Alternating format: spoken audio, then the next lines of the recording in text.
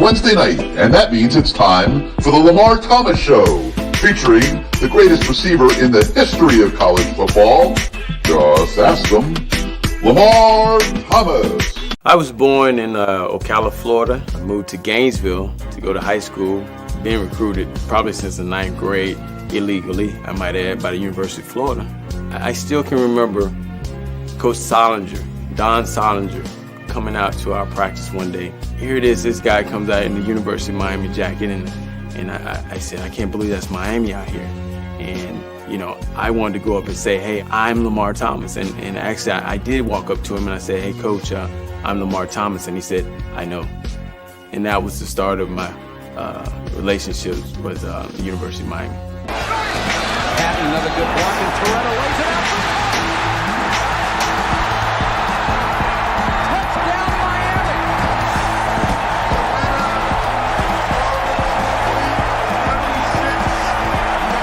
Miami.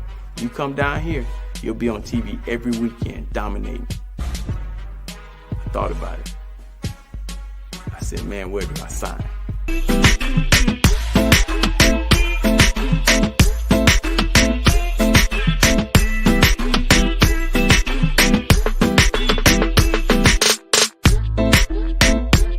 My mom, on Saturday mornings, I would wake up and she'd be holding my hand.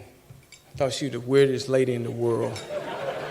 But she was holding my hands and she would be rubbing them and saying, one day these hands are gonna make you a lot of money. She was smart.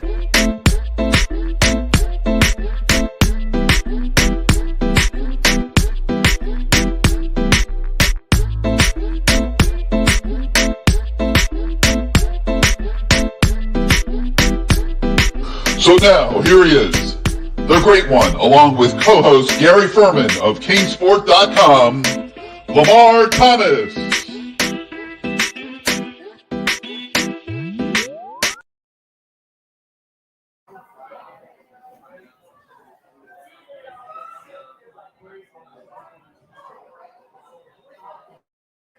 When you get a chance. Only champions sign it. Testing 1, 2, 3. There he goes. We can hear you, LT. There I am. Hey, look here. What's that?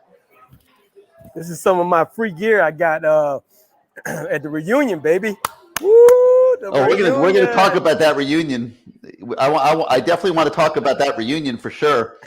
But man, we got so much to cover tonight. We got some great guests coming later in the show, and obviously so many topics of interest for the fans to touch on here in the early stages of the show. Before we get going, we welcome everybody. Submit your comments during the course of the show. We'll bring them on screen and react to them. We want this show to be interactive, and obviously there's a lot on the minds of Hurricane fans right now. So LT, let's get right to it, man. Well, first of all, where are you? I don't recognize that background. Come on, man. It's one of my teammates back there, OJ McDuffie. I'm at boat campus on Pine Island, man. Enjoying it, Plantation. baby. Yeah, plantation, baby. This is nice. Look at OJ back there. Look at OJ. Yeah, he suffered the defeat in like we call it Sad Valley. I think he went to Penn State. But yeah, he suffered defeat. But that's my guy. I love Bo Campus, man. This is a great place, man. Man, all those pictures up. That looks like a sweet place, man. I haven't been there in a while. I don't remember it being so picturesque. Yeah, well, it is, and I'm in shouting distance at the bar, so I'm good. Yeah, you already put your order in? Not yet, because I came in hot, but I'm ready. All right, last week, Miramar. It's been a long week. Last week you were in Miramar. This week you're in Plantation. Both campers. Right.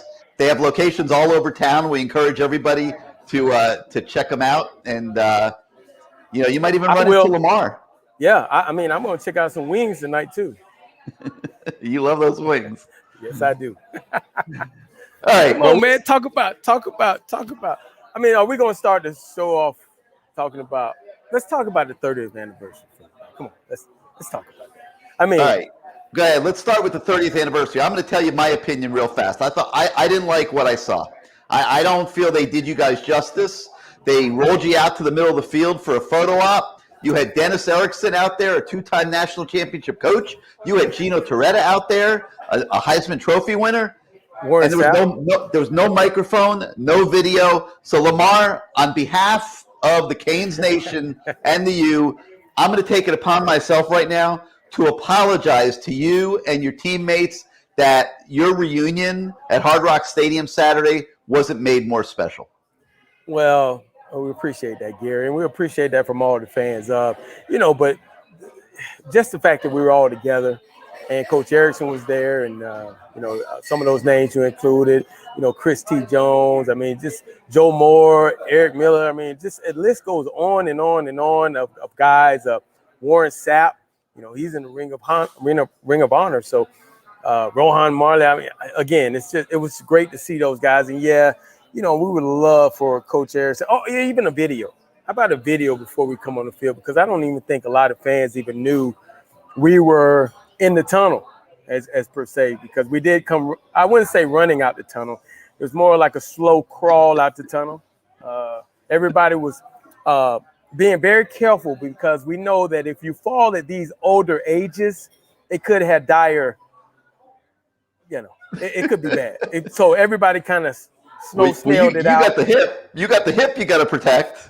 Yeah, but I also have my pride. What if I fall down, man? It'll be on bloopers forever. Kind of like a play that we saw in the game. But, it was again, we got some good gifts. I like to give it up to Jessica and Rick Rimmer for what they, the hard work they put in, but, like you said, it could have been even more. And I hope for the 2001 team, they do a little bit more, and, covert restrictions, but, play a video, have a guy talk. It would have been great for Coach Erickson to fire up the crowd and say, hey, freaking guys, we're going to freaking come back the second half and freaking kick their ass. Even a Go Canes or something would have worked. Go Canes, anything. But, it is what it is. So I'm hoping that they learn from this one, and they celebrate the 2001 team later on this year, and it'll be something even better.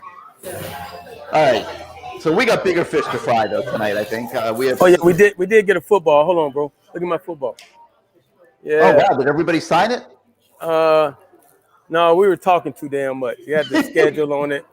We had the schedule with the wins and losses. I mean, I should have gotten it signed, but we were talking so much about the old times and all those great stories about building 36, the dorm, and it was a great time. We missed a lot of people there. A lot of people that have passed away. So. But it was good to see. We had Robert Woodis's son. We had Marcus Carey's wife. Dr. Anna Price wore Shane Curry jersey. It was just, some of those guys have passed on. So we kind of pay homage to those guys as we couldn't, there was no liquor in there, so we pulled out a little Sprite. I saw Harry from All Canes out there with you guys. What was that all about? Well, Harry's part of the family, dog. He's part of the family, right? 50-some years, man. He's part of the family, baby. I mean, we can't go nowhere without Harry. Harry want to jump in? Let's go, Harry. Let's ride out. So he was out there.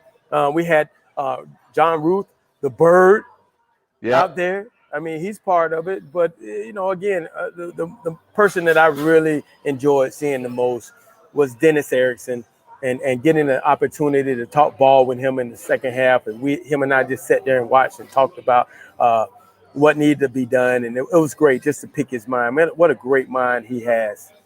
At 70-some years old. Wow. Anything you could share with us?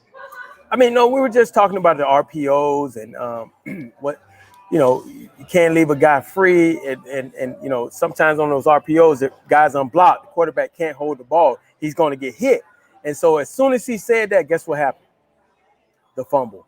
Really? You can't hold the ball. You got to let it go, because it was a free rusher. And, unfortunately, he held it and bam, he got hit. So it is what it is. But that man, to be 70-some years old, still bright, still probably can walk the sidelines for anybody. What a great coach. I think of him like a father figure. Well, we would probably love to see him brought in as analyst right now for the Canes offense, which is struggling to get on track. Let me bring in the third member of our Lamar Thomas Show team here. The voice of the fan, Bruce Warner. So, Welcome back this week, Bruce. hey, Gary. Hey, Lamar. What's up, Bruce? What are you ordering today? Something with water, perhaps? Chicken and water. What? Maybe a little colored water. Colored water. I mean, Okay. not colored, but colored Right. water. Oh, not colored water? Okay. Yeah, not colored water. That reminds me of the I South. got That my reminds me carrot of the cake South. here. My wife got me some carrot cake. Awesome. Oh, that looks awesome. Yeah, Is it's it good? good. Yeah, it's good. So, right, what did Dennis say about fixing this? You said you were talking to him about it. What did he say? I mean, he just, Dennis is never going to talk bad about any coach because, he's been in it for a long time, so he's not going to talk bad. But he was just saying that, he just thought that recruiting-wise and development-wise, you're recruiting these guys, but are you developing them? Are they being developed? I mean, we had the luxury of letting guys sit and develop. I mean, you think of the linebackers, Michael Barrow and Darren Smith, they set. I set. Most everybody set. And even in my class, Gino set. I mean, 17, all of us set except Charles Farms, So you sit and you develop, but we had that luxury of it because we had guys in front of us and we continue to develop. We talked about the fact that they have to play freshmen. A lot of times in recruiting, you make these promises and, you got to, in today's age, if you don't come through with that promise, they're going to be in the transfer portal. So yeah, and the portal is one of the enemies because if they don't play, that's where they could say they're going to go. I don't know anything about what's happening with Taylor, but if he doesn't play soon, he may be thinking about that. I'm not saying he is. I don't know.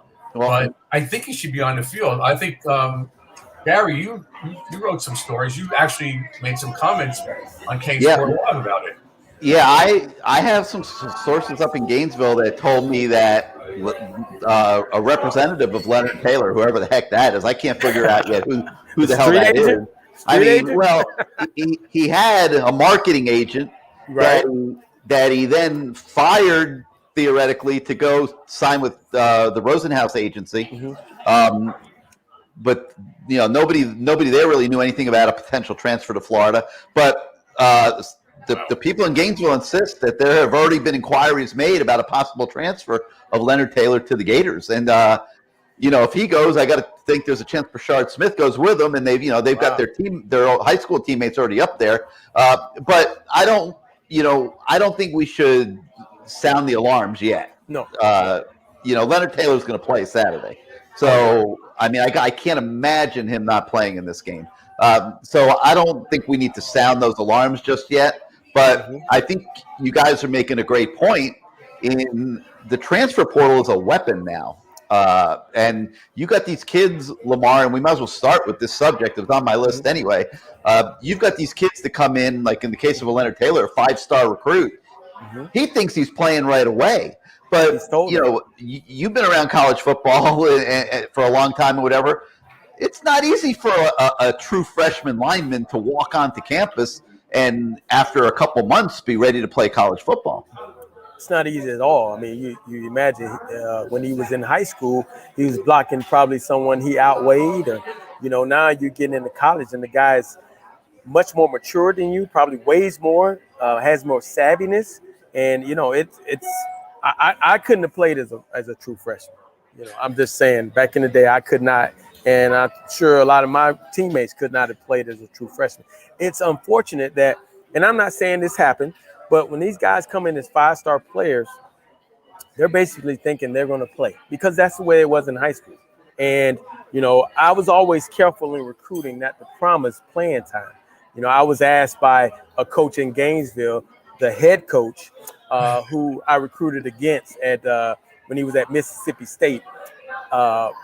He said that he had Lamar Jackson. I said, no, you didn't.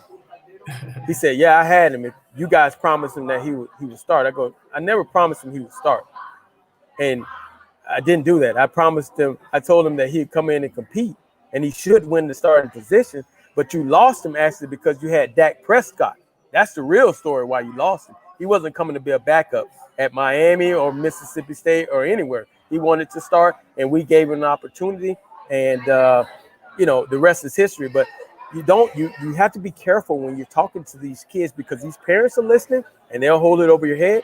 And these kids are definitely listening, because they're going to go and put it on social media and expect when they walk on campus, no matter who's in front of them, that they're going to jump on the first team. Gary, would you agree that because he didn't get here early enough, that didn't help him? He got here, June, I think. May or June. So that didn't help at all. So I understand why. Of course that's a factor. That's a major factor. He wasn't here in January. So that hurt. And hurt James Williams, too. Oh, he's on the field now. But I think Lamar hit it right on the head in that, in high school, a kid like Leonard Taylor is just pushing people around and having it easy. When you get to college, you're going against guys that are bigger than you or as big, and you got to have good technique. You got to have your moves down. You have to know what the heck you're doing. And we don't know that Leonard Taylor is checking any of those boxes right now, Lamar. I mean, it's only been 6 weeks. I mean, think of this. Just say the first game is against it's a 6-year now. You got 6-year players. But I was just about to say, just think if the first game was against a Brigham Young, where a guy's been there for, he went on one of those Mormon things, and what are those things called? Where they go and they retreat. Christians, retreat. And he was on that, and he comes back, and he's like 20, 25 years old, going against a 18-year-old kid. He's savvy. He might not be more athletic, but he's savvy. He's been in the game and he knows it a lot better. And he's probably been in the weight room, So it's a huge difference as a kid coming in as a true freshman and getting an opportunity to play big time college football. Yeah, and Miami was like 8 or 10 deep on the D line anyway. Not that those guys were so special, but they were already guys ahead of him who have been here a year or two. So I didn't expect him to play well. I expected him to get some minutes, and he will play Saturday. Right. But, for him to expect to be starting after 3 games, I think it's not really fair to the coaching staff. I don't even know if that's what he's been telling anybody, but I mean, we hope that he gets to play. We hope. Yes, we hope they all get to play. It's hoping time right now. We're hoping that everyone gets an opportunity to go out there against who we playing again? Central Connecticut State. Michigan State. Oh, yeah, that's right. Piper High School. We're playing Piper High. Yeah, we're playing some team that is probably just as bad as playing Wagner, who we would have had last year. So, I mean, this should be what the doctor ordered for the University of Miami to go out and play some guys, obviously, and get some experience. Lamar, the doctor ordered because of the way the team played on last Saturday against Michigan State. Things fell apart in the fourth quarter. Tell us what you took away from that game as you drove home from the stadium. Jeez. Well, first of all, at the beginning of the fourth quarter, I asked this question up in the booth around all of our Hall of Fame guys that were still left, our 91 class that was still left. I said, do they even know why they have the 4 fingers up? I wonder, do they even know why? Is it something cool? They don't. Because we knew why we had those 4 fingers up, and we very rarely lost in the fourth quarter. It was all the hard work and dedication that we put in during the off season, the running, the sacrifice of not going home, being good teammates to each other, making sure everybody did the right thing. That's why we held up that fourth quarter. We felt like in the fourth quarter, through everything we've been through, it will come to fruition what we know, and that's winning ball games. And I asked that question because I saw them do it, and I said, I wonder how many of those guys don't even know why they're doing it. And obviously, in the fourth quarter, Michigan State should have been holding up their 4 fingers because they gave us a butt whipping in that fourth quarter. I mean, we were supposed to wear them down. They wore us down. And once one thing happened bad, it kind of snowballed, and it got ugly, and it got ugly fast in that fourth quarter. Yep. And again, what do you think happened? They wore it. I mean, they had a great game plan. Bend but don't break defense. Make them call plays. Make Miami drive the ball down the field. Don't give them any huge plays, and make them call plays. And hopefully they'll screw up or a fumble or something will happen. And on offense, run the ball, play action, throw the ball out to the flat. knowing that Miami has not been good tackling. Give the ball to a guy, put it in his hands, and watch what happens. Because, again, we saw another week of Miami defensive players missing tackles, and it's pretty frustrating to watch because they're a lot of times they're in the right position, they just can't make the tackle, and it's very frustrating watching. Yeah, I'm going to ask Chad when he gets on because I want to know why. And I said this to Gary before: why we can't steal the edge at all. We've had so many problems last year, and now 3 games in, we still can't steal the edge. And that Walker kid was getting around the corner, and there was like nobody there. Now I don't know who's responsible for that. Whether it's the DN, the linebacker, I don't know. He could explain it unless you can.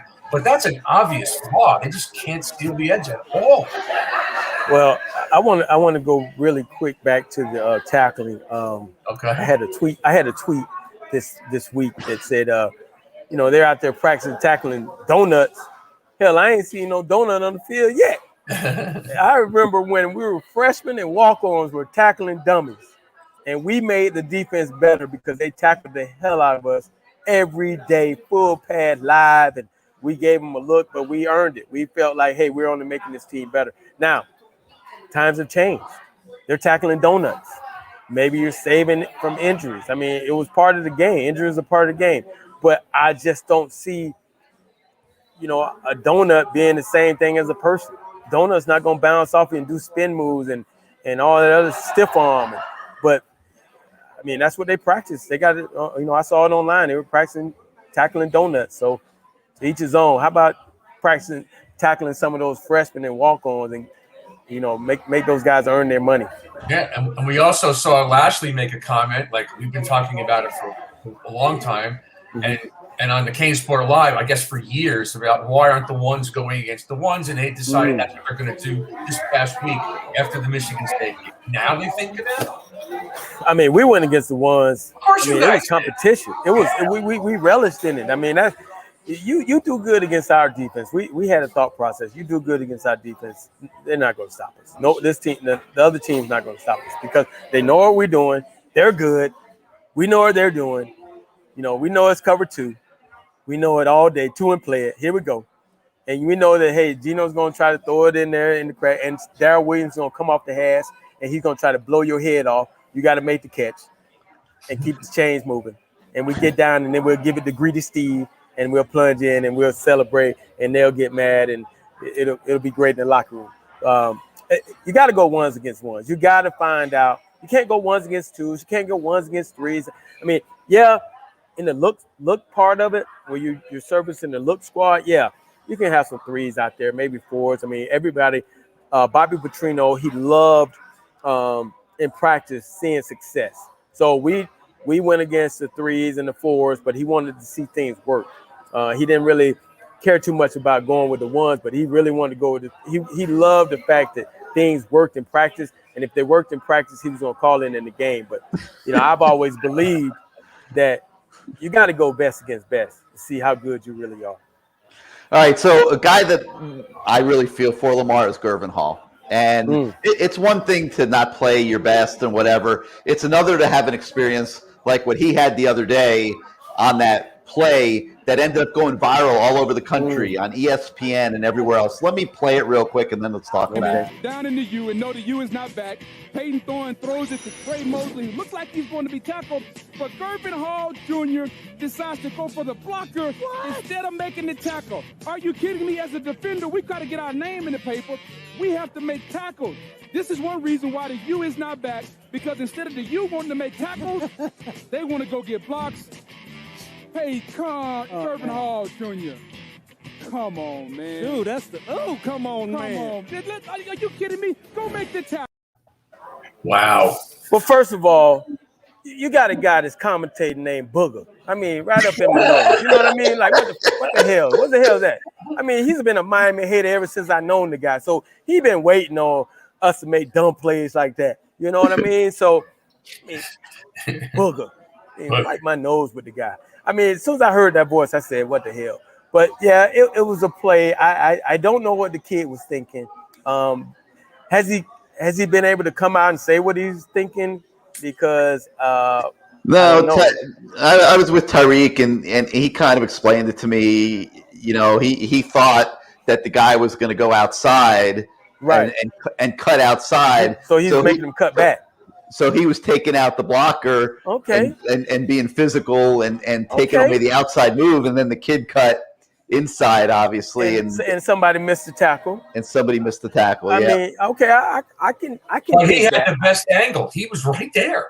There was really no need for him to do it. Yeah, I could see what he was thinking. He was trying to force it back inside. He was thinking it all, buddy. I think he was just doing something he shouldn't have been doing. Got to get that guy down. That's a hard one. I'm trying to. I thought he was a headhunter in high school. I'll tell you one thing. I know a couple of receivers that probably would have cut outside on that play. One of them's name is Lamar Thomas, and the other one just popped into the lobby. So here he is, Mr. Randall Hill. What's the deal, Thrill? What's going on, bro? It's the birthday boy. What's up? Yeah, happy birthday, man. Yeah, not a problem, bro. Thanks, man. I'm getting older, and as you can see now, I got to use my reading glasses. Yeah, there's nothing wrong with that. There's nothing wrong with it. I'm not used to that, bro, but it comes with the territory, I guess. Hey. So Thrill Hill. We were talking about the Gervin Hall play the other day that went viral. I assume you've seen it. No, I did not. Which play are we talking about? Oh, let's we'll show you real quick because I'm curious to see what you think about it. Just watch the screen. Down in the U, and no, the U is not back. Peyton Thorne throws it to Trey Mosley, who looks like he's going to be tackled, but Gervin Hall Jr. decides to go for the blocker instead of making the tackle. Are you kidding me? As a defender, we got to get our name in the paper. All right. So the explanation was that he thought the receiver was going to bounce it outside. So he was looking to be physical on the blocker and get out and and blow up the play to the outside. Receiver cuts inside and ends up going for a big gain. Well, first, before I comment on this, is this a PG show or is it R-rated? You can do what you want. You can do what you want. Hey, Thrill, you can run down the hallway if you want to. You can run in the tunnel. Nobody cares anymore. No, here's the deal. I mean, in my opinion, I don't want to hear excuses. Excuses are like assholes. Everybody has them. They all stink. You know. That's the guy and I don't believe in excuses. And you can say, well, you're trying to take out this guy. Okay, it's a bad play. Period. Stop making excuses. I mean, I don't believe in excuses. Lamar doesn't believe in excuses, and that's the school of hard knocks that we came from. Bottom line is, don't complain about the pain. Just deliver the baby. Wow. Okay. Wow. I mean, all right. But would you have cut inside or outside on that play? Either or. I mean, it's kind of hard to say because like it all depends on how I'm feeling at the time. If I feel like running fast, I cut outside and try to outrun people. If I feel like they're more physical, I'll be more inside. It all depends. Hold on.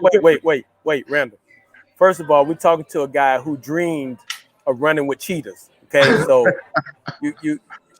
I was his roommate. Okay, we'll get on that a little later. But go ahead, Randall. I just want to bring that up. Yeah, well, I used to dream of running with cheetahs. Now I got a small fox terrier, smooth fox terrier. He's cute, so I don't deal with the cheetahs anymore. I'm a little bit older now. Actually, I do. And then in some elements, I still deal with a lot of dangerous stuff. But that's a whole nother story. Right. But listen, the University of Miami has issues, and it's not just one play. And you guys brought up that one play, but it's not just one play. It's a team effort. And if you look at the team is not a good team.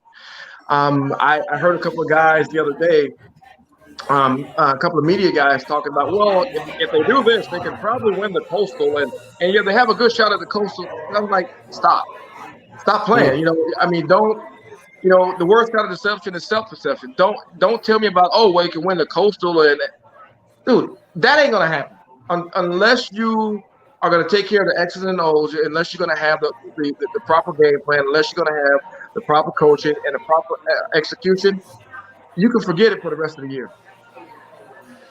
Let me tell you guys something that's going to blow your mind. This is going to blow all of your minds. All right, so we did an interview with the coach at Central Connecticut State.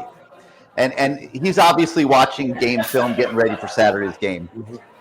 He told us what he saw were two totally different teams in terms of the way Miami showed up to play Alabama and the effort that they gave against Alabama, and that the effort they gave against Appalachian State and Michigan State. He didn't think it was even close to the same.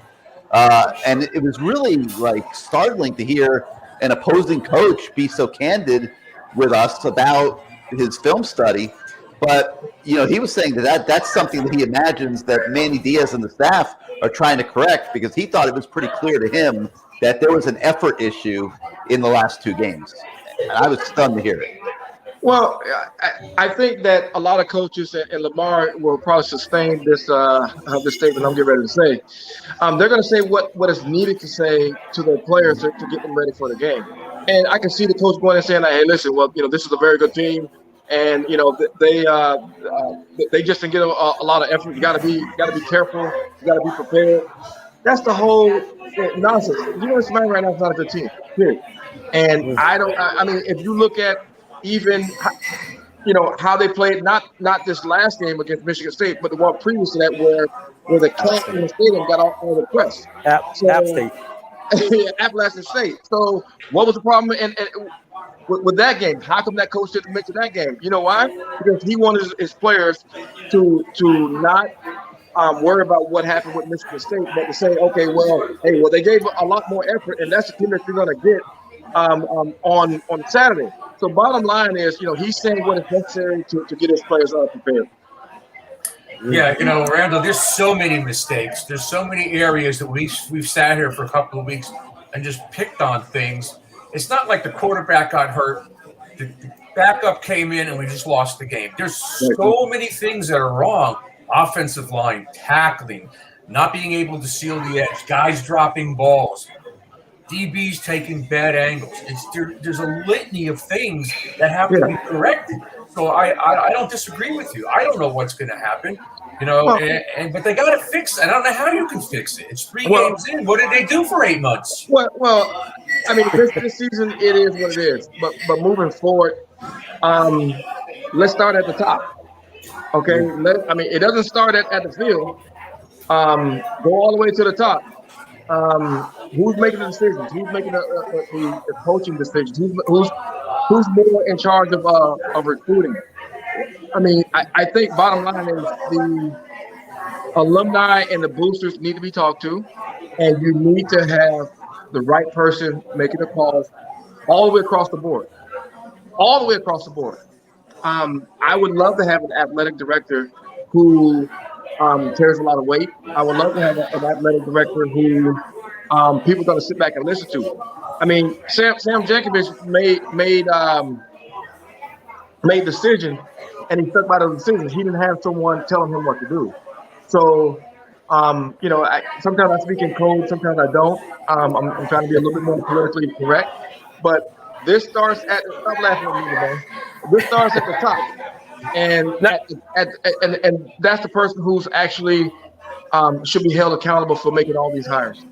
You know, I like this mature Randall Hill, because I saw Randall Hill one time grab the phone and call upstairs to the coaches and say, "Y'all fucking with my money." Bam! And slam the phone down. That's it. Well, I have matured a little bit, and you know, I'm used to dealing with, you know, ambassadors and heads of commissioners and stuff like that. So, I try to walk a fine line because I never know who's going to see something or hear something that I say throughout the media. Now, I can go off after a game on QAM, but I think QAM is actually afraid to pick up the phone and have me on. Because they get a call from Blake James if they do that. Of course they do. Of course they do. Blake James is going to tell them, "Oh, well, don't have this guy on. Don't have that guy on." He's going to – but you know what? Maybe I'll disguise my voice one day and call one of those back lines if one of you guys give me the because they've changed a lot of those numbers. I'll call one of the back lines and I'll say that I'm somebody different, and then just say what's there on my mind. Just say you're Elliot Goldstein. Say you John Stubburn. What about John Stubburn? Say you John Stubburn. Hey, we got. In the meantime, guys, we got another guy coming in on the back line who's popped in, so we might as well bring him on because we actually have a U visor on his head tonight, and that's a special thing for Mr. Chad Wilson. Chad, welcome to the show. Reacquaint yourself with Randall, Lamar, Bruce, and myself. Good seeing you again, man. I always like seeing Randall and Lamar in the same place because I was there when Lamar was there and dealt with a lot of foolishness, and I know it's because of Randall. I know he's responsible for about 80% of what Lamar did when he was there. Oh, wow. Hey, how you doing? How you doing, Carlton? Yeah, all right. We're going to start off early like that. So, in case you guys didn't know, we had a nickname for my man Chad. We called him Alfonso Riviera or whatever his name. Riviera. Riviera. We called him. That's what we called him. I mean, he kind of looks like him, doesn't he? And he could do the dance too. You know, do the dance. I don't know about that part. How you doing, man? Dancing for y'all two wide receivers. I'm doing good, man. I brought you on the show, man. Somebody got to support the club right now. I brought you on the show because I wanted to know, and this is a question you've been asked 1,000, 1,000,000, maybe 1,000,000 times. Why did your two sons go to the University of Florida instead of University of Miami? Well, first of all, probably unlike the playmaker, kids make that decision. You know, University of Miami was my school. Mm-hmm. Obviously, at the time that I made that decision, we were on top of the world, so it was an easy decision to make. Mm-hmm. But for them, they had to walk their own path. And I would have hated for them to go to my school, quote unquote, my school, have a bad experience, and then, 10 years later, we had the Thanksgiving table and they mean mugging me with a knife in their hand. So I wanted it to be their experience. And so far as that is concerned, I think a lot of people need to understand that, whether that's the fans, whether that's the coaching staff or the athletic directors, anyone who cares about University of Miami football, understand that what goes into a kid making that decision. And it was just a feeling of going to the University of Florida, that within this state, that was going to be the school that took care of all the things that they wanted, which is play a high level of defense. For my older son, Quincy, we just weren't doing that at the time. We had D'Onofrio, we had Golden. We know what defense was like in those days. Yeah, they had good coaching all their life, and they just didn't want to go there and play 10 yards off of people and watch 200 yards rushing every game. And I wouldn't have wanted to sit in the stands and watch my school plus my kids out there doing that. So they wanted a number of things, and just you're going to go to the place that offers you that. That's just simple. I mean, it's like if you're going to buy a car. I'm not going to just buy a Buick because my dad had a Buick. This other car is what's offering me what I want. So it just came down to Florida was offering them the things that they wanted, and it was the closest place to home that would do all of that. So that's pretty much what it came down to. That's very understandable. You know what, Chad, you bring up a very good point. And because, I have my daughter at the University of Florida too.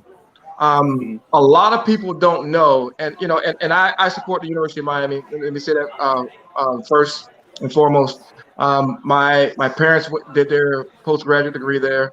I met my wife there. She's Phi Beta Kappa chemistry, name is engraved on the wall there. My grandmother worked in the cafeteria there. But I don't think the University of Miami understands what the word legacy means. I don't think the University of Miami understands what hard work, dedication, and history mean. So my daughter, she did apply to the University of Miami, and she is not an athlete, but she's in the world of academia. And when you score 1480 on the SAT, and you have close to a 5.0 GPA. Wow. And the only thing that you can offer her is the bare minimum. Yeah. Then I have to question that. And then you got a school like the University of Florida, who basically rolled out the red carpet, threw money at her, And then on top of that, they have the audacity to pick up the phone. I mean, at the University of Florida, and say, "Hey, listen, we know that you went to the University of Miami, but we would like for you and your family to help us to raise money to get other kids like your daughter into our school." And that's what I did. I've done Zoom meeting calls with nationwide to help the University of Florida to bring other individuals like my daughter to that school, because they're looking at not just changing that particular individual, but they're looking at changing generations. And you would have gladly have done this for the University of Miami had Absolutely. they offered. Absolutely. Had they called you. Absolutely. Yeah. Absolutely. Yeah. I experienced the same thing on the football side, though. My kids are smart, but they're not 5.0 GPAs. But they were very talented athletically. And like Florida more rolled out a red carpet, so to speak. Absolutely. First of all, my oldest had 50 offers, but he didn't have one from the University of No Miami. way. That was Al Golden being Dad? smarter than everyone. Did not have an offer. Then when my youngest came along, it was Manny, and Manny wanted, everyone to forget what happened previously, which he had a clean slate. But the truth of the matter was my youngest, for the last 3 years, had been going to games to Florida. And every time he would go there, they would roll out the red carpet. They would treat him nice. They knew he was the next one coming along. And both of them just got more love from Florida than they ever got from the University of Miami, which at the time, Florida was above the University of Miami in the world of football at that time. They didn't have to do that, but they did it. And I get what you're saying, Randall, not just athletics, but on the academic side. Your daughter goes to school there. You went there, your parents went there. Yeah. Most likely her kids will go there. You know what I mean? Right. And let's just keep that going. And they don't hold that very high for some reason. I mean, if you look at the University of Florida, and this is not a Florida podcast, and I'm not here going rah, but I call the situation the way I see it. Yeah. And the University of Florida, believe it or not, and you guys can look this up, is the number 6 or 5 rated public university in the world. A lot of people don't know that. But even turning the page, and when you talk about legacy, and you talk about making history, such as the University of Alabama, what they're doing right now. If you sign to go to the University of Alabama, even or if you're there as a walk-on, and I remember even when I was coming through way back in the dark ages, all they guarantee, and they basically put it in writing, that all of your kids and your unborn kids that you don't even have, they go to school there for free. Wow. So again, this is not just about football. This is about changing households. This is about changing generations, giving generations. Listen, I mean, Lamar knows, Bruce knows. I grew up privileged, but you have a lot of people who didn't have what I had when I was growing up. So when you talk about changing generations in that particular way, how can you say no? Yeah. Yeah, I mean, there's fundamentally something wrong. It's not even just athletics. So. It seems like Miami's just behind the 8 ball lately. The last couple of years, they're just we hear about being late to the game, recruiting kids. I don't know where was Miami. You said they didn't even offer Quincy. Is that right, Chad? Didn't offer him? They did not. Believe I mean, I know there's an issue now with Earl Little's kid. I don't know much about it. Gary could probably talk more about it, but it seems like there's a gap. But they were late to the game with him too, I think, right? Hey man, y'all gonna stop talking about my school. We got nice hospitals and shit. You know what I'm saying? Some of the administrators probably belong on one of those floors, man, because they've got to get it together. They have outstanding medical school, but the University of Miami was not. It's not. It didn't get its recognition because of the academia area. Let's keep it real. It was because of football. I listen to my left. You guys right. My wife's. I had right in the middle of the wall.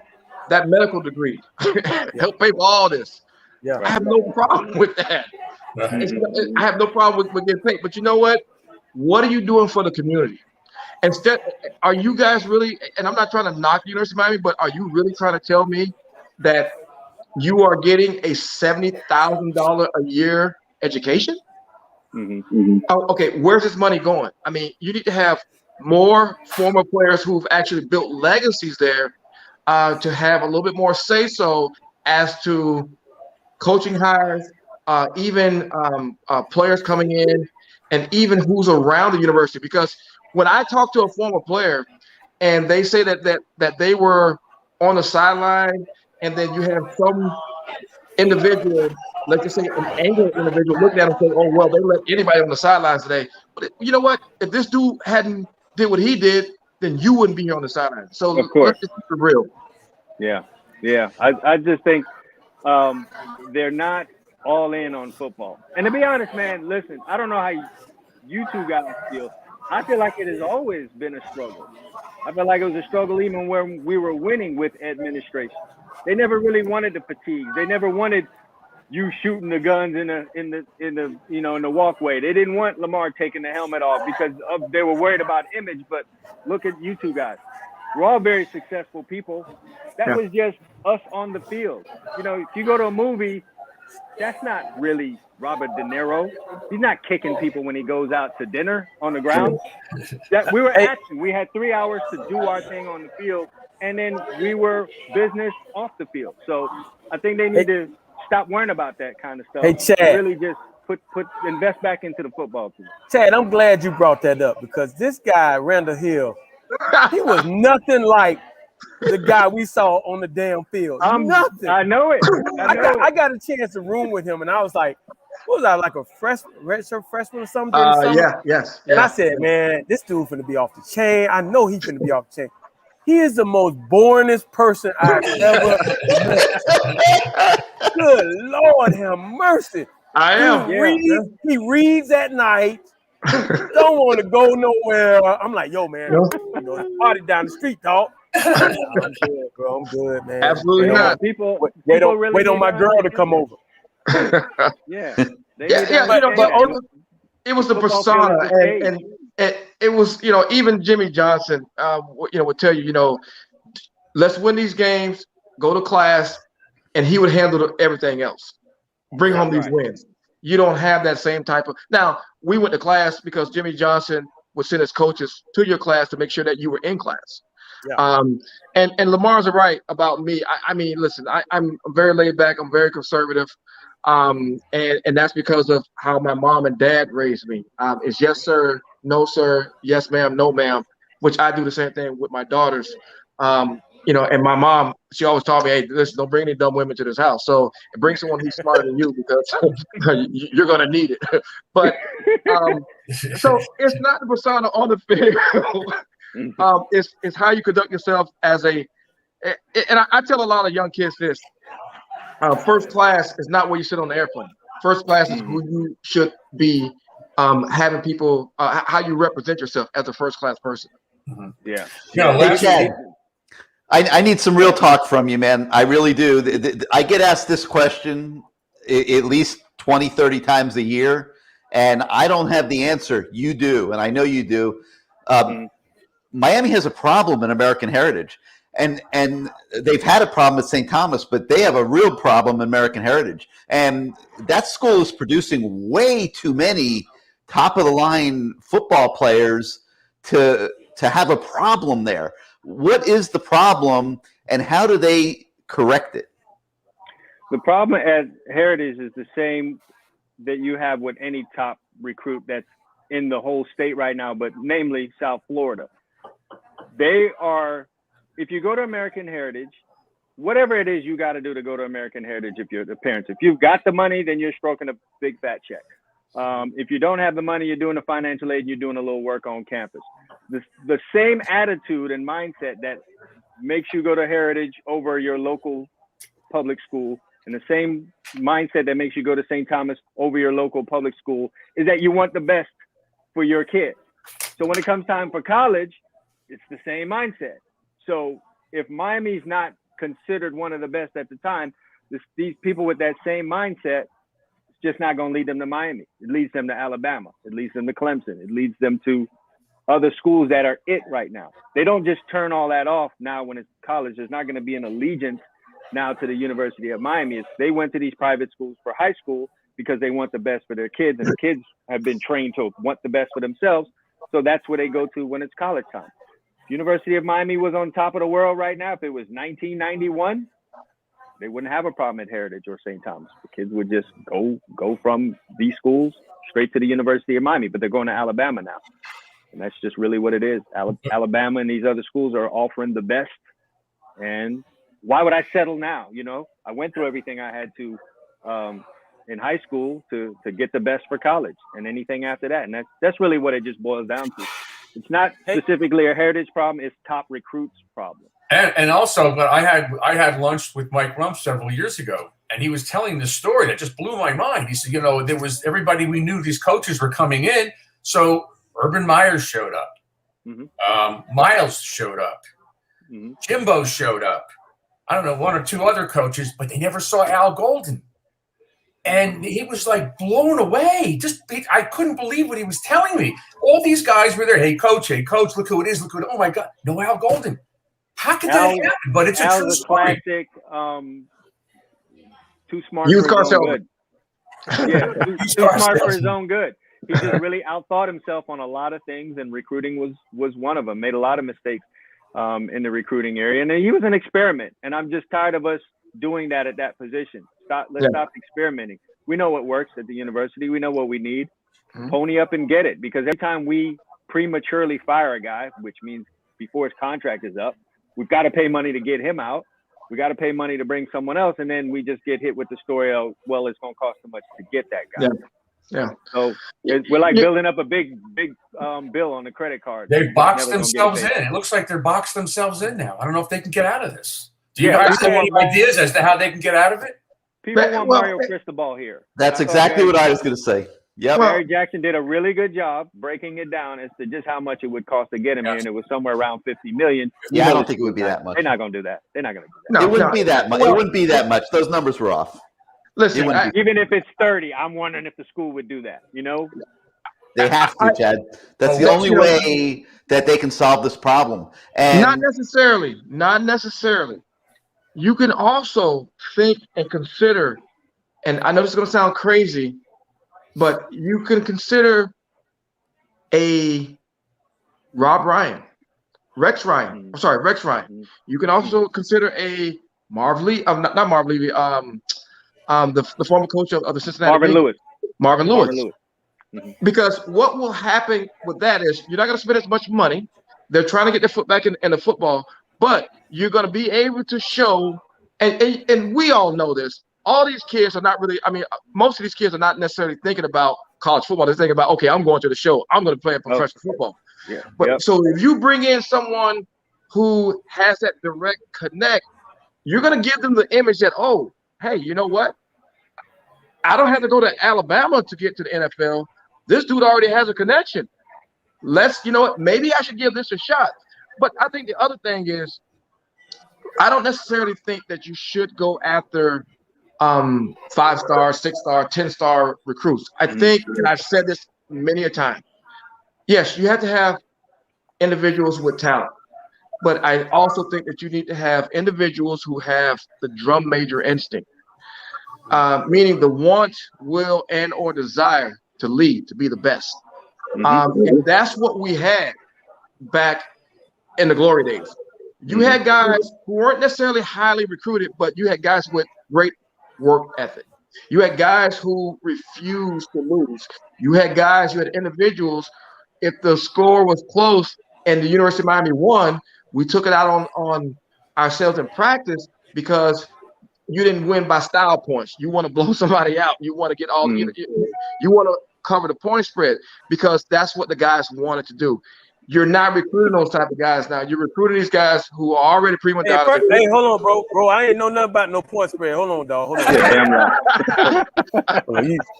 Dog, you got me confused right now talking about. I ain't know about that until I got in the NFL. So go ahead. Hey, Randall, those NFL guys want to recruit though. Are those guys going to be able to recruit? Those guys you hire a good staff around you. Okay, you hire a good staff around you. He like someone like you, Lamar, like you, a wide receiver coach. Just saying. I don't know. We see Herman doing it in Arizona State. Yeah, exactly. A little hot water, but But Great he's point. doing that, and I'm with you, Randall. We got to start recruiting attitudes, mindsets. Thank you. You know, Thank you. it's not.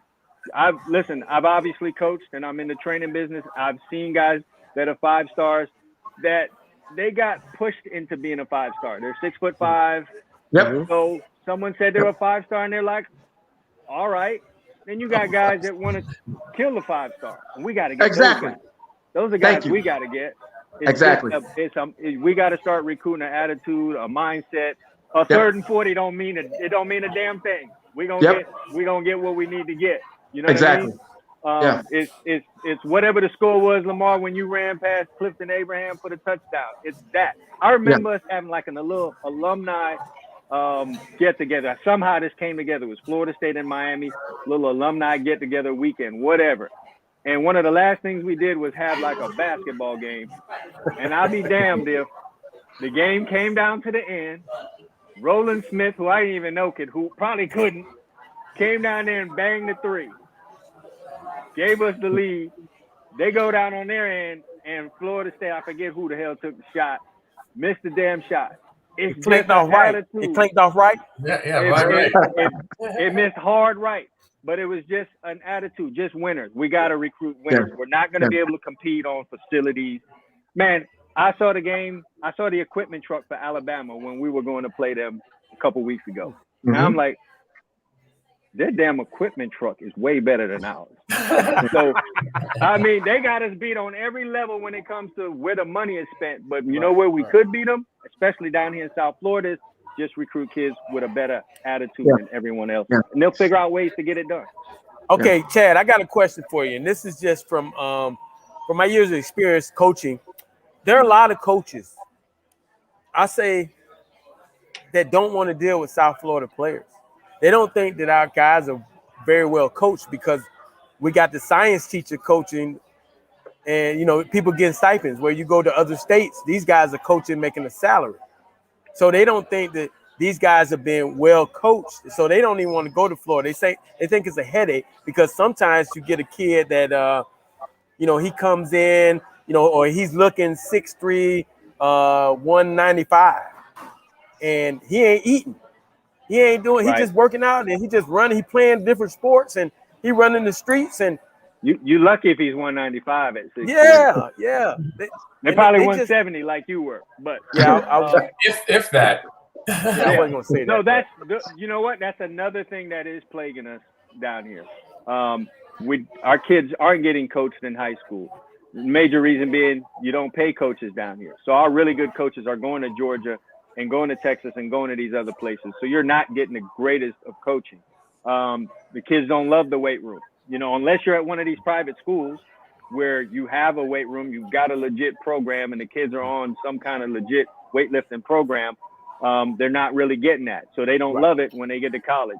Then on top of that, you got some of the off the field headaches that you get. But that's kind of always, you're just going to have to manage that. That's part of coaching.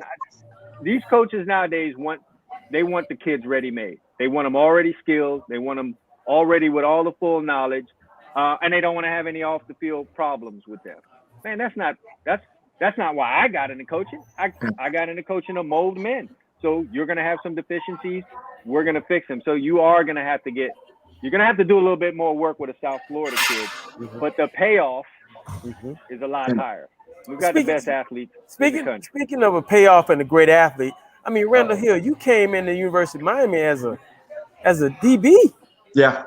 You know, and look how they developed you into a receiver. I mean, look at that. I mean, if I would have known you were playing receiver, I probably wouldn't have come to the University of Miami. You changed it next year. Well, you know, it's again, it goes back to what Chad and I were talking about. It's a mindset. You know, I got moved over to wide receiver after being an All-American defensive back after we played against the University of Florida. Literally, Jimmy Johnson looked at me and he said, "Hey, go play wide receiver." But again, it's not where I was playing on the field. It's as long as I'm on the field.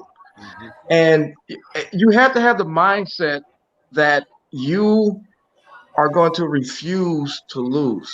You know, I was watching a rerun of an old movie the other day, and it was called The Rock.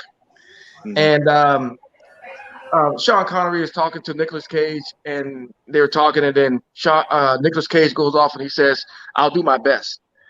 And Sean Connery looked at him and said, "Your best?" And he says, "Losers do their best." He said, "Winners get the prom queen." Well, my wife was the prom queen. So it's not about it's a mindset, and if you can just have that mindset that refuse to lose, and in the classroom as well as on the football field. Yes, we're here to talk about a little bit of football and sports, but Lamar knows this. I'm from a family of educators. My dad was a retired high school principal. Mom was a retired teacher.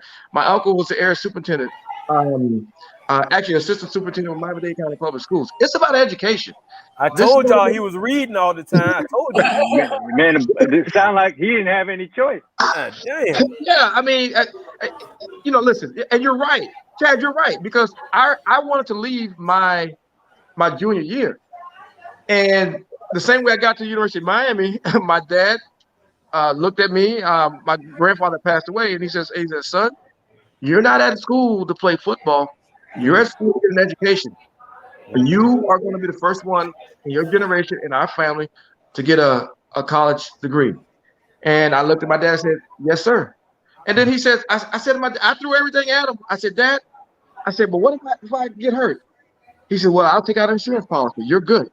Well, Dad, what if I can't focus? And I remember at the end of my senior year, he got me my own condo. It's not about football. It's about, like Chad, what you said, grooming young men to be older men. And these are, and you know what? The bottom line is, they're our future anyway.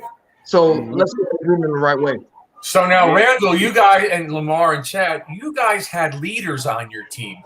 You were freshmen, you were sophomores, but there were upperclassmen that were clearly the leaders. I don't know if you guys were there when Jerome was there, but there is an example. Or Russell, he was silent, but he was a leader. You had people to look up to, and if you screwed up, you knew they were just going to say something to you. I don't know who the leaders are anymore. I have no clue, because it's almost like every man for himself. Every one of these kids that says they're going to Miami or whatever school I'm taking my talents for the next 3 or 4 years. I'm going to monopolize this. I'm going to monopolize this because it goes more to it's more than those leaders on the team.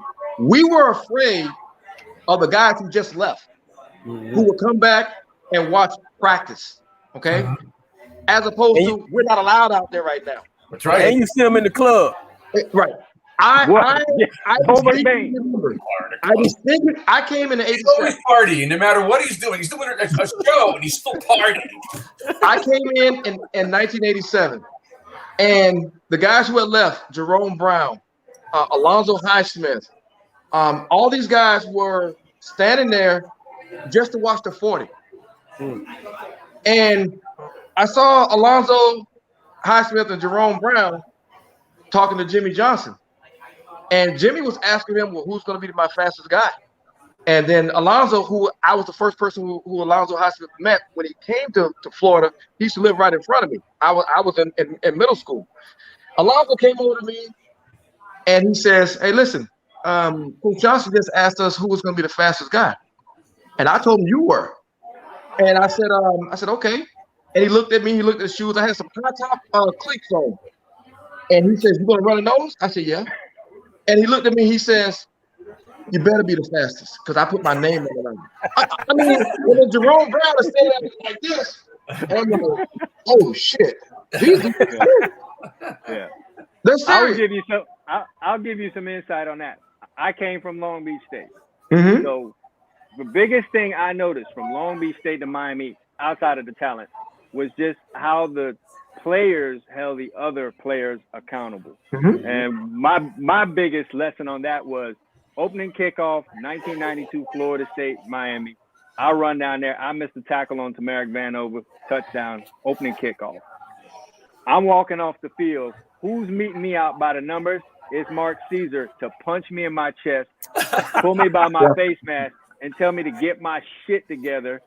This Florida State versus Miami.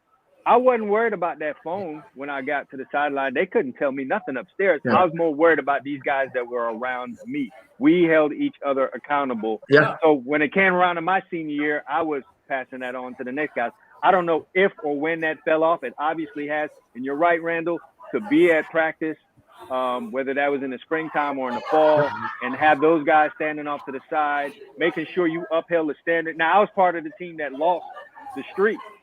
Yeah. The biggest thing we were worried about was letting down all them dudes that was a part of those 56 games. That's what we were worried about. We weren't worried about the coaches or the fans or anything like that. Yeah, exactly. The disappointment. We let that go, and we didn't uphold our end to the former guys that played. You know, so. And Lamar knows I wasn't really worried about the coaches. No, yeah, I don't know. Hey, I started in between two seniors. Well, hey, let me tell y'all a story about the Sugar Bowl 1980. Oh, here we go. I knew it was coming. So, oh my! I knew it was coming. I'm a red shirt freshman. Coach Harrison, you know, he's giving me the play. I run in, and it's a play where everybody could go to anybody. Randall Hill, Dale Dawkins, and Wester Carroll went to huddle. So I look at Wester Carroll first, and he turns his head. Take him out. I look at Randall, and Randall says, "Shit." Then I look at Dale, and I said, "Hey, Dale, man." He said, "Dawg, I'm a senior, bro." So I had to turn around and grab my hamstring and run out the game. Like, my shit was hurting. And Coach Aaron said, "What the freaking hell is going on?" I said, "Coach, they wouldn't come out the game." I said, "Man, what in the hell?" I mean, Randall, he just said, he looked me dead in my eye and said, "Shit." Hey, Randall, last week we had Coach Erickson on, and I asked him about that third 40-something play against Notre Dame that you told me about. And I said, Randall said that he went into the huddle and told Craig, "I don't care what the play is, throw me the damn ball." He says, "Randall's still on that same planet," because that's not true. Hey, Coach Harrison didn't know what the hell we was talking about. So really, did you change that play or what? Listen, Coach Erickson, and Lamar will sustain my statement. He had no idea what was going on in the huddle. There was a lot of threatening. There was a lot of cussing. There was threatening of blunt force trauma. Am I right? There was a lot of arguing. And then at the end of the day in the huddle, Craig was like, "Okay, hey, just be quiet. Let me call the play." But even if you can go back to, I remember, even Coach Erickson, and I love him to death, and we can laugh about this stuff now. His very first game against Wisconsin, we blew Wisconsin out. 51-3. Yeah, 1-3, right? Plays left and right. That coaching staff had no idea what our hand signals were. Am I right, Lamar? Yeah, you're right, dog. We had no idea. We were using our old hand signals underneath Johnson. My hand signals. I still remember. Out of my head today, and it was just a lot of fun. And we got this, coach. Call it whatever play you want, but you know what? We're gonna take you to the promised land. We got you. We got you. I need to apologize to him for some of the stuff that I did, but but it was about winning. It was about staying. You guys had fun, man. You had fun. All you guys had fun. But I gotta say this. Let's bring it back home. We won national championships, but we had one of the highest graduation rates in the country. And that's because the professors gave us grades either. Professors didn't give us grades. I had a professor tell me one time that the highest score that a black athlete in his class was going to get was a C+. I got a C+, but it wasn't a situation where they gave us grades. We pushed each other to go to class, to graduate in 4 years, to graduate in 5 years, to even come back and get your degree, and to go even beyond that. Hey, I think this is a good time to give a shout out to Dr. Anna Price. Absolutely. She did a tremendous job on just talking to us as men and getting us to understand that there was life after the University of Miami. And she wanted She cared. She definitely cared. Yeah. She went to class with us too. Yeah, and Professor Marvin Dawkins. I've done some public speaking presentations with him. He cared about the players' well-being on and off the field. We had a lot of support there at the University of Miami. We had people who supported the University of Miami, but also supported us on and off the field. And I think that's what made it a family and not necessarily a football team. Hey, Randall, I want to say this to Chad real quick. Like, he's the first person I ever met that was in the transfer portal. Okay. For a damn good reason, boy. Boy, you shot out. No, I said, man, when you at the other school, we just playing. And he was like, yeah. I said, how you get here? It was wild as hell to play against the Canes, then for the Canes the next year. I don't know if anyone's ever, really done that, but yeah. Hey, just so you know, when I met Chad on the field, I told him, I said, look here, bro. I had a watch on under my wristband. I said, my alarm gonna go off. After I get this one catch, and I'm gonna pull myself out, and I'm gonna be over there sipping on some ice cold Gatorade. If you want some, I'll give you some. Yeah, he said his girl was in the stands. Just like yeah. Middle of the second quarter. I got that one catch, and I said, hey man, just so you know, the pro scouts ain't watching this game, so I'm just gonna get my one catch and get out. Because I'm supposed to be the voice of the fans doing this show. So there's a million of these people asking the same question. Is there anything you guys or you and other guys could do about fixing or changing what's going on? Are you guys hamstrung, or could you really do something about it? They have to warn us. They have to warn us to be. Yeah, I was going to say that. Yeah. We need. You can't have everyone. You have to have calm heads. You have to have people who can enunciate their sentences correctly. But we need a seat at the table. It is what it is. I call it when I see it. We need a seat at the table. For example, you don't have to. We would not be having this conversation if it was Ricky Williams and the University of Texas. We would not be having this conversation if this was Deion Sanders or Florida State and or wherever he's going to be going next. Right. We would not be having this conversation if this was and it's funny, our arch enemy, Notre Dame and the Rocket, who actually invited me to be on their sideline for one of the games.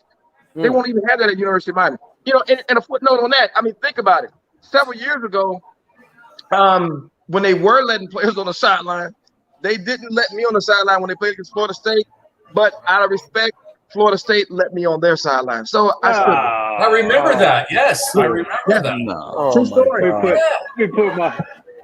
And not only were you guys in this, but we used to go watch practices. Take my hat off, man. What the hell? Yeah, get the hell. Yeah, that's a true story. Well, you know what I noticed? I noticed when we played Alabama had all their pros. Yes, all their former guys right there on the sidelines. Yep. Obviously, I know some of those guys. One of them played at our high school. He was right there, front and center. And whoever was showing the broadcast, I don't remember, ABC, I guess, had him on the screen. Yeah. That's all. That's free pub. You didn't pay anything for that. Right. You didn't pay anything for that. A couple of years ago, when the University of Miami played LSU, there were a couple of former players who were refused to be on the sideline of the University of Miami just to stand there for support. But LSU's coach O, said, "You can come stand with us." Yes, of course. And that's a shrewd marketing move. You do that. That's a move that you make. All right. Absolutely. Your school won't let you guys be there. You're legends.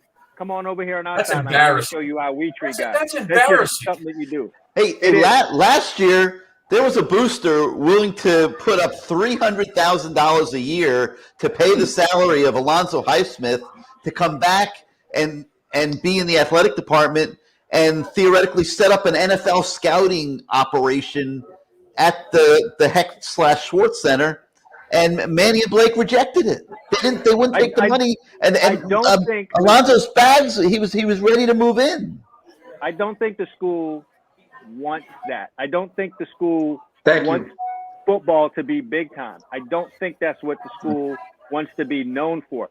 Back in the day, what they did was hire strong coaches, and the coaches forced their will on the administration. They got smart, and now they got coaches that they can handle and deal with and push things across to. And they don't have coaches and people in that program that will push back against administration that really is okay with a football team being 7-4, 6-5, and they just don't need what comes along. And why they're not going to spend money. And why is that? Because they're going to still receive revenue from the ACC. Yes. So it doesn't really matter because they're still going to get that money. I just think remember Ted Foote coming out on the field before one of our big games, and we didn't want him out there, so we started launching footballs at him. We go, hey, go deep, we're gonna throw the balls at him. But I mean, you're right. Hey, you hit it. You're 100% right, bro. 100% right. They don't want it. It's always been a struggle, but they got smart and said, well, we stopped hiring strong-minded. And this is nothing against Manny or anyone else who came, but those kind of coaches that could push their point across and get their way with administration, let's get guys we can handle. That's why you're getting guys that never been head coaches before, or guys who have been coaches for only a handful of years, like Al Golden at a Temple. Not those kind of personalities like a Jimmy or a Schnellenberger that's going to hammer their way through. They got all the notoriety from what was done in the 80s and 90s and the 2001 team. They're good now. And the only reason I really know how this works is I went through this with a private high school named University School in Fort Lauderdale. They are literally the University of Miami. They wanted people to know who they were, where they were. They started a football team. We started winning. We started playing on national TV.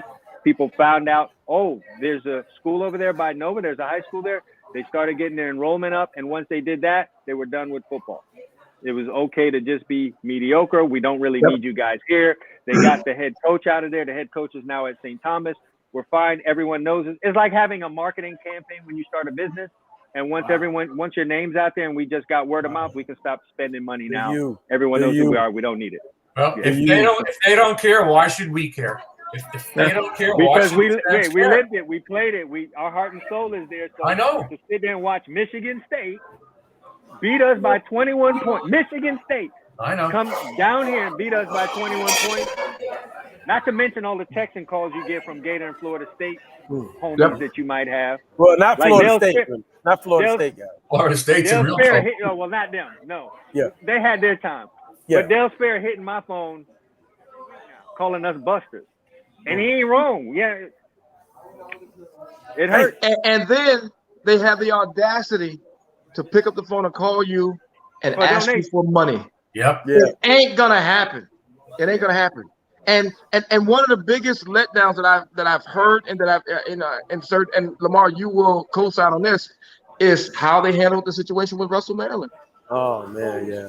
He's always been a very good giver. Yeah. He's always even killed. Yeah. You talking about the first pick of the draft, and you won't even take a look. You let his kid be on the team regardless. You know. You let Michael Irvin's son be on the team. You know. I mean, I sent him my son take the shit. They didn't even respond. And he was the lead receiver in Kentucky. Shit. I mean, I ain't bringing that up because I just want to see what they were going to say. Never responded to me. Russell's kid is at BC and he seems happy. We had him on the show. He's happy. He's up there. He's going to be well coached. It's a good young coach. He's going to be tight end, H-back. He'll be okay there. He'll be okay. But this again goes back to. It's the principle, and it goes back to the legacy. Where is the legacy at the University of Miami? Where are the individuals who were here doing the rioting? Where were the people who were here when they had Hurricane Andrew? Where is that legacy? If you don't have a legacy, you don't have anything. Hey, it goes back to the shirt that I'm gonna have made.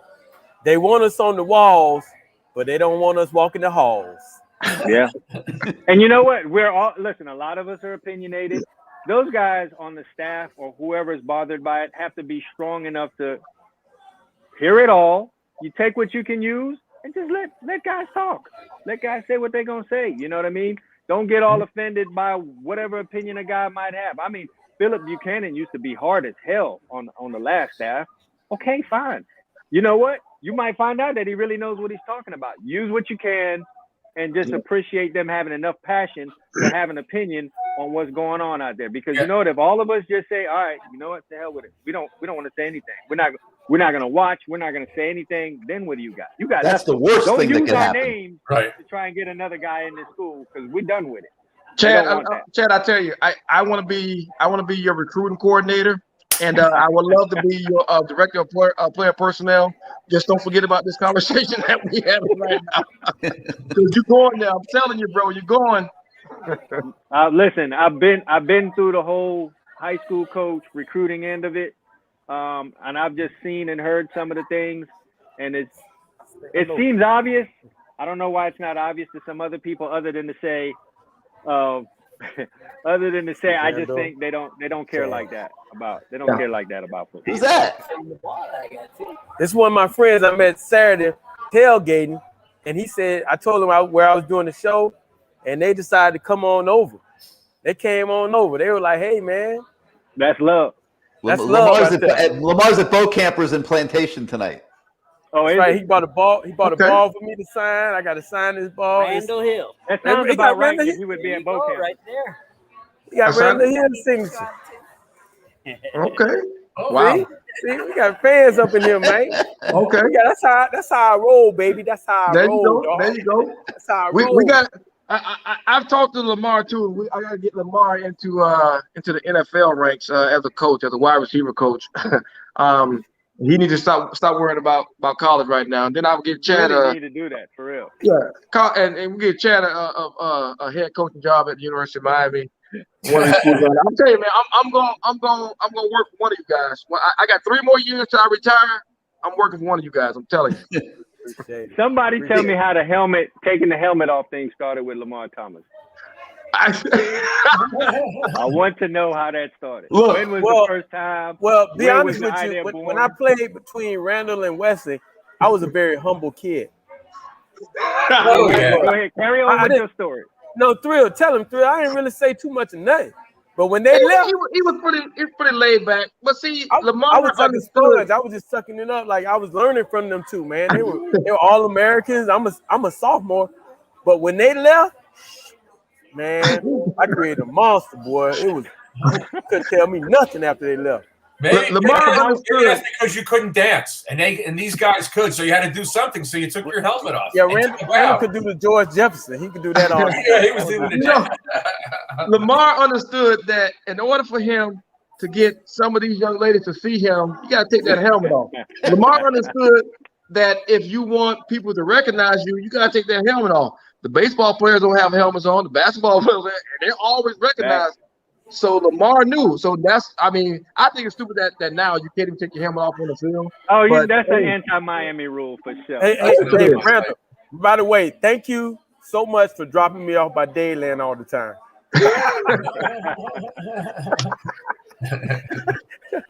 Hey, I do distinctly remember you scoring that touchdown against Penn State.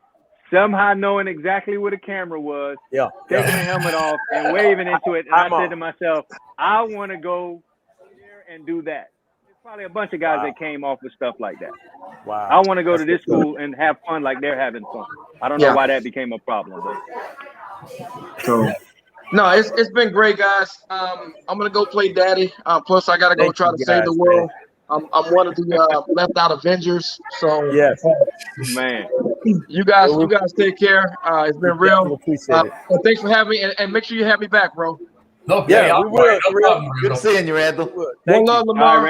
Y'all be good. All right, man. Hey, thanks for stopping in. Thanks for coming, Randall. What stories? Gary, I've told you all the stories. We could do a show for hours on stories. We just keep bringing on different players. It's just nonstop. Well, listen. Me and Chad made me better, man.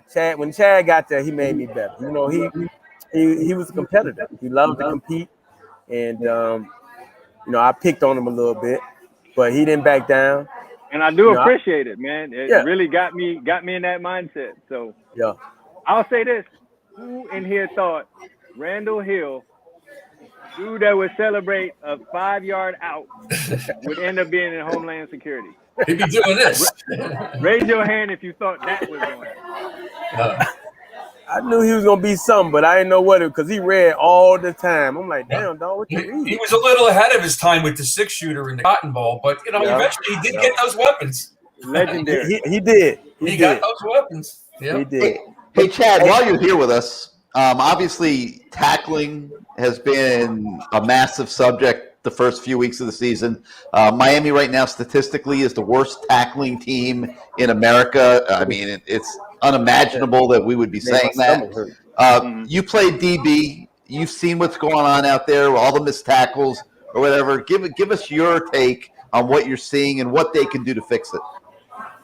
It's tough without actually being there. The first thing I would say, though, that I haven't really heard people talk about is just it starts in that strength and conditioning program. And the only reason I say that is, yeah, my kids were at Florida. Now, I do remember the first time my oldest was at Florida and they went to the SEC championship game twice. I remember the first time they went, they were playing Alabama. I get there for pregame. I looked over at Florida side. I looked over at Alabama side, and I said, damn. Like, I don't know if they're going to be able to tackle their punt returner. Like, look at his calves. Look at his hamstrings. Like, you know, it really starts there in that strength and conditioning program. Are these guys even strong enough to make these tackles? Because these dudes are hitting it in these weight rooms. It's not just SEC. It's all. If you've been around on any of these college tours, and you go into that weight room, there's everything imaginable in there. And these guys are lifting and they're strong. So a running back comes blowing through there, man. If you're not in that weight room like that, you could have technique, man. They're gonna run through that stuff. So I'm seeing a lot of tackles that of strength. That's one. Then, you know, the rest of it, all the other stuff you've heard, you got a 1-2, all that kind of stuff. I find it hard to believe that a bunch of kids though who played football in South Florida are scared to tackle. I just have a hard time believing that. You know, we said all those things we said about, you know, a lack of coaching down here, but one thing that never lacks is physicality in the game of football down here in South Florida. Because if you go to any youth football field, it could be the worst coach on the other side of the field, but the one thing you're going to hear him say is hit some damn body. When stuff goes south, they're going to tell him to hit some damn body, and you could be playing a really bad team, but they're cracking heads. So I can't imagine that it's not wanting to. So first thing I would go to is strength and conditioning, man, because you know what? Florida had a hard time tackling anyone from Alabama in those two SEC championship games I went to. So I would start there, and that's not. I don't want to make this. Oh, he said something about the strength and conditioning program because I don't know what it is. It's just what I see on the field. One of the biggest things I do remember is when that 2001 team first came on the field for the first game. I want to say it was Penn State or one of those first games. You could just see those dudes' bodies out there on that field and realize, man, this junk looks different. This is going to be hard to stop. Strength and conditioning is super underrated in any football program. I've been saying that for the longest time, not to toot my horn, but let's also talk about something that we've discussed with Dwayne Starks. Your thoughts on our DBs not even being on the TV screen when you're watching the game. They're so far off the ball. What's your thoughts on that? Man, that's a scheme thing. And then it probably boils down to maybe a lack of confidence. And perhaps those guys being able to be up in someone's face. Now, mind you, when I first came to the University of Miami, we were strictly a cover two team. You know, Lamar would tell you that.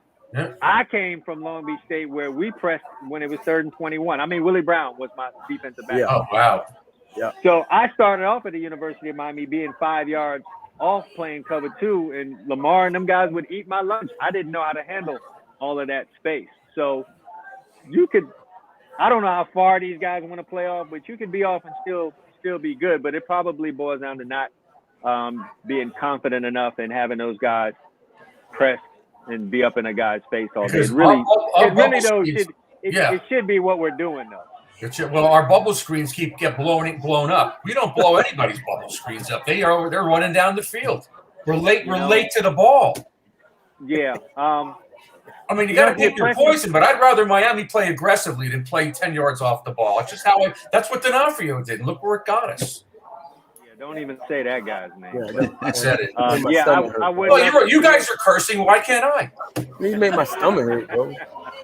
Look, eat your wings and shut up.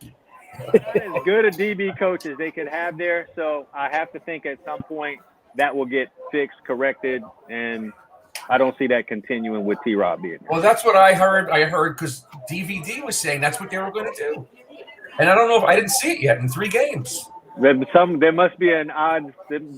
Some people must be at odds in the building on that side of the ball about what they should do there. But if you're not pressing down here or getting in guys' face in South Florida, what really are you doing? They've the been kind of guys been doing that since the Pee Wee leagues. It's not like they're being taught anything with being off the ball right. in South Florida. Right. I mean, everyone's pressing in high school. All right, Lamar, you've been to camp. You get a South Florida kid at that camp. He's pressing. If you ask him to play off man, he probably gonna gut you. Nope, he ain't playing. He want to press. They're gonna get right up in your face. They're gonna be offside. Matter of fact, let's talk about this, Chad. You know, you have your DB. All eyes on DB camp. You know, and I've been checking you out, man. You know, so I think me and you need to talk at some point about maybe getting all eyes DB camp with some receivers out there. For sure. We can train them together, and we bring a quarterback along, so we'll have a little menage a trois. You know what I'm saying? we get it going, baby. If we want to use that word. Meant that, Lamar. Yeah, I mean that's just saying, not sexually, but you know, it's three. You know what I'm saying? Yeah. You know what I'm saying? We get a quarterback. It's a great idea, man. You know, you and I had our battles. We, you know, obviously made each other better. Why not make, you know, these kids better? The ones that want to take that kind of coaching and advance their game as much as possible, I think is a great idea. Yeah, and then ship them off to the University of Florida. You got it. Yeah. Or Alabama, man. You know what? Until we start producing. I'm going to catch hell for these comments. Chad, you raised, seriously, and this is amazing. You raised 2 NFL cornerbacks in your house. 2, yeah. Like, what the heck? Like, how what's the secret? How did you do that? That was never the plan. My wife and I early on decided we would put the kids in a bunch of things and find out what they were good at. So by the way, Chad, she must be a hell of an athlete. Yeah. Listen, I don't know about that, but she's damn sure instrumental in them being where they are and setting the mindset and all that, because she's definitely tenacious. The Edison grad that I married. But we wanted to put them in as much things as possible. So they took music lessons, they were playing guitar, they were doing taekwondo, they did baseball, they did track, they did a bunch of things. They were busy. You weren't gonna just tear up our house. And then football is just something they really gravitated to. We wanted them to be baseball players for many reasons. You get paid more, you don't have to deal with all the injuries, but they really gravitated towards football. And once they showed that passion for it, we just continue to facilitate that as much as possible. And we tried to get ahead of the game. I tried to find out while they were in Little League, what's the deal for high school? You know, can I just send them to the local high school? Found out I couldn't. That was Everglades High School. That would have been tragic. So, all right, I got a private school, get them around the best, surrounding them with the best people. That's what you do with your kids. You surround them with the best people.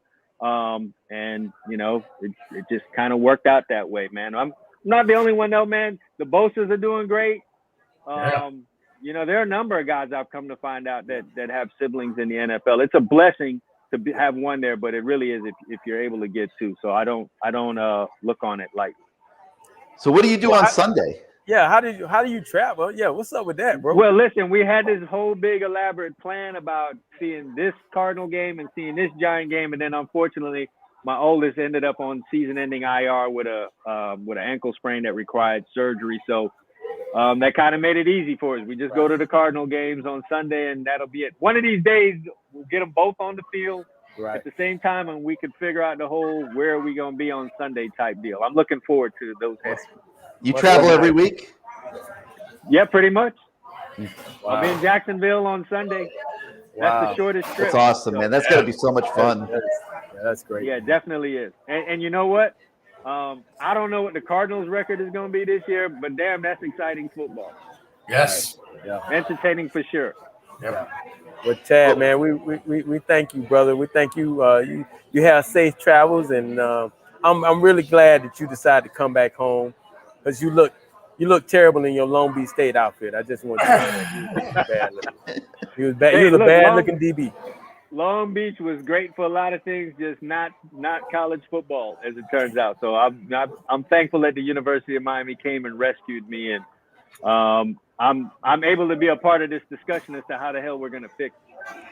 Well, you was out of place because you ain't have no Jerry curl out there. Exactly. I had to go. No shower cap. You got to leave. Well, thanks for having me on, guys. I appreciate it. You guys are doing a great job. Thanks, Chad. Come back sometime. We'll do it again, brother. Yeah, I look forward to it. Be safe, buddy. Thank you. All right, guys. All right. I'll tell you how you fix it. You do whatever you got to do to get Mario Cristobal to come back here and re-embrace the family and go start recruiting and getting better players in the program and run the program properly. And I think you could fix it. Okay, Gary, listen, man. We can't. What if Manny? I ain't gonna give up on Manny yet, man. What if Manny goes out there and wins 5-6 games in a row, man? You can't give up on him. Now, again, I can't be mad at Manny for taking this job, bro.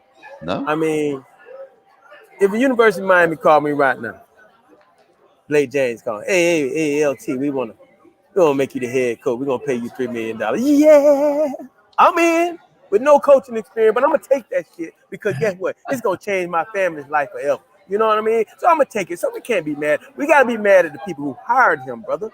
That's who we need to be mad at, and we need to start making some moves. I got a suggestion. I like Blake James. I mean, I do. I mean, I don't like the fact he didn't respond to one of my texts, my last text I sent him about being able to help with the program as I moved down here, and even I would volunteer, but he never responded. But that's a different story. I still like the guy. He's good at raising money. How about you hire an AD in charge of football? Now you can do your thing. Frank said already told you can do whatever the hell you want. He don't know. He been making hospitals and shit. So you hire a guy that's over football. Now he can tell you what's going on in the building, because Manny could tell Blake James it's hot dogs on the skirts, and he's like, okay, cool. He don't know football. He ain't never played football. I don't think he did. But he needs a guy over the top of him, not over the top of Blake, but over the top of Manny and in between, to be able to tell him and translate in layman's term what the hell is going on in the program and how we can fix it. And you still keep your AD title. I mean, at most other schools, like I was at Kentucky, their AD, we had ADs for different sports. They sat in on the meetings. They told you exactly what was going on with the kids. They were on top of everything. I don't guarantee you Blake ain't over there sitting in on these meetings. But you hire a guy like that, maybe an Alonso, maybe a Gino, maybe somebody that can be in there, be sitting in the meetings and come back and report to you what the hell is going on and how we can make this better. Because, I like the guy, and he raises a lot of money. He does his job as an AD as far as raising money. He's good at that. But as far as knowing the sports and what it takes, I'm not too sure of that. But they tried that, Lamar. Didn't they try that, Gary, with Alonso last year? And it was done. And he shot it down. It was shot down. It was shot down, bro. And the same thing with when Randall was talking about getting a bunch of guys, it was like liaisons. They tried that a few years ago because I was at the meeting. I know what they were talking about, and that got shot down. Well, they wanted the players to be able to have some connection to an input with Blake James, and he shot it down. Alonso had his bags packed. He was ready He was ready to move, and at the last second, Manny nixed it. And I'm not trying to mess up Ed Reed money because he's on the staff in some type of capacity, but Ed got a lot of stuff going on, man. Ed, he's not there much. He shows up every now and then, and they use him for that. But I think for those guys, this is my opinion now. This is not facts because I don't know. I haven't been there, so I'm just want everybody to understand that. They're okay with Ed Reed because Ed Reed is not telling them exactly what to do or what he might give an opinion, but then he's gone. He has his son. He has a lot of stuff to do. I mean, he's a Hall of Famer. He just has things to do, and he's good at when he's there. He's good, But for the most part, that's just my opinion. That's probably what Manny wanted. He didn't want anybody telling him anything. He didn't want to help out here and there, but you're not going to tell me what to do. Well, I'm not going to give up on Manny, not yet. You know what I mean? I agree with you, Lamar. I mean, you're right. They still have 3/4 of a season left. Yeah, and do we have, when the fans talk about get rid of them, do we have enough money to make that payment, man? They got to figure it out. They got to figure it out. If Manny can't get this thing done this year and can't win the Coastal, they gotta figure it out. And I think the Board of Trustees will step up. I'm in the minority right now in that opinion, but I'm hearing things behind the scenes that suggest that people are taking notice, that there is some sensitivity to the fact that the Board of Trustees does not care about the football program. And I think that there's going to be a backdoor movement to intervene a little bit more and start solving some of these problems sooner than later. And will that mean getting Mario to come here? I can't answer that right now. It's not going to be easy. We've talked about that, Lamar. Like, you can't even go to that guy without the biggest commitment towards your football program in the United States, because they'll tell you to get lost. Yeah.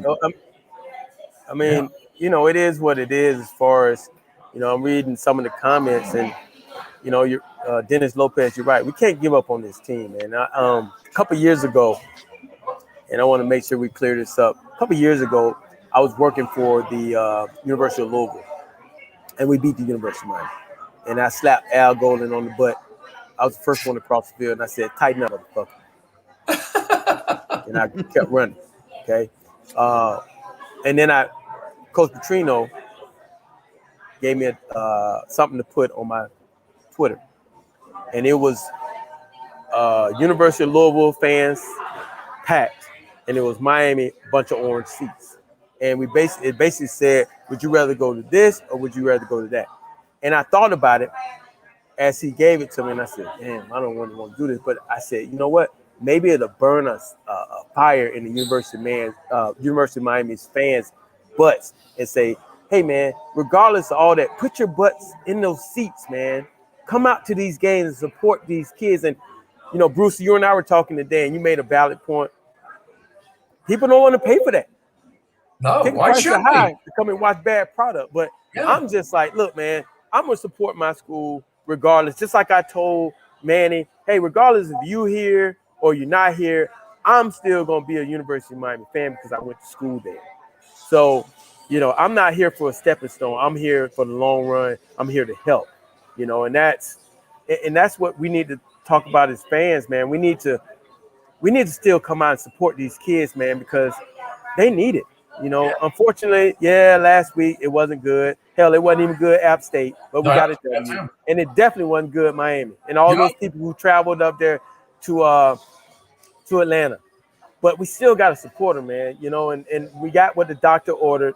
We got a team that's hopefully not that good. We should be able to do some really, really good things. And everybody can celebrate, get drunk, sober up, and then drive home because the game's at noon. And just have a good time, man. That's what University of Miami football is. You remember the Orange Bowl? You remember no blockade, bente, No blocking. It was all fun. And now it's still the same thing. There's no blocking. Same thing. Ain't no blocking. Yeah, you're right. No blocking. Yeah, you see what's going on at the stadium now with that Formula One racetrack? I mean, my God. It is. Between that and the training camp, there's nowhere for anybody to park. Hey, what the hell is that? Those carts. What's that? The gondola's going across. What is that? Yeah. They put that in for the Super Bowl a couple years ago.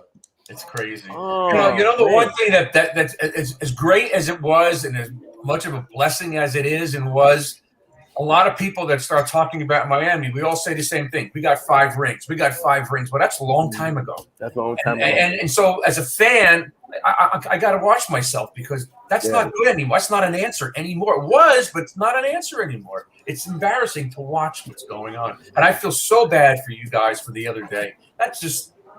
They let you guys down. But whatever. Go ahead, Gary. Talk about something else because I don't want to. I was just sitting here thinking. I'm looking at Lamar. He's at Bo Campers having a great time, and I'm thinking like LT needs more hats. he's got to go to All Canes. You need to go to All Canes, Lamar, because I was talking to Harry today at All Canes, and he says he's got new merchandise coming in every single day, and he said tell all the Canes fans. He said tell all the Canes fans to stop by. I'm gonna put pressure on Harry, man. Hey, everything they were on the sideline, go down there and ask Harry for it. They got it. It's back there somewhere. It's coming. Hey, it's coming. Adidas take care of them. It's coming. We got 2 games in the next 8 days. You know that. We do. Saturday and then a week from tomorrow. That's why before the season started, Harry ordered all his merchandise to come flying in about this time because of all the home games together and all that. That's right. So they're open Friday from 10 to 7. They're open Saturday morning from 8 to 5. If you're going to Hard Rock Stadium for the game, stop at All Canes early. Number 1 Canes store, Canes fan tradition since 1959. If you can't make it to the store, you can shop at allcanes.com. Online. Is that what you do? You go online, Lamar? Allcanes.com? I just call Harry. You got that type of relationship. You got a discount if you mention your name, Lamar? Sure, why not? Don't kill me, Harry. And if not, you'll just cover the 25%. That's all. Yeah, no problem. All right, so let me ask you guys this. Seriously, we're talking about support the team. We all agree on that. We had some real talk on this show tonight, and it wasn't a bitch session. It was real talk. And you had Chad Wilson sitting here who had 2 kids who are NFL cornerbacks right now that he could not send to the University of Miami because the football program was not at the level that it needed to be to justify that decision for his kids and for him as a parent. And I thought that was a great point. And the onus is on the football program to step up its game. So you got 9 games left here, Lamar. Problems all over the place, let's be honest. I mean, the O-line is not playing very well. De'Ara King got the crap beat out of him the other day against Michigan State. He's been at the doctor all week. He's not playing Saturday, which is a good thing. We'll see what happens for the Virginia game. We think our running backs are phenomenal until we see that Walker kid play the other day. He's at a whole different level. I think we would all agree. I mean, that kid was unbelievable.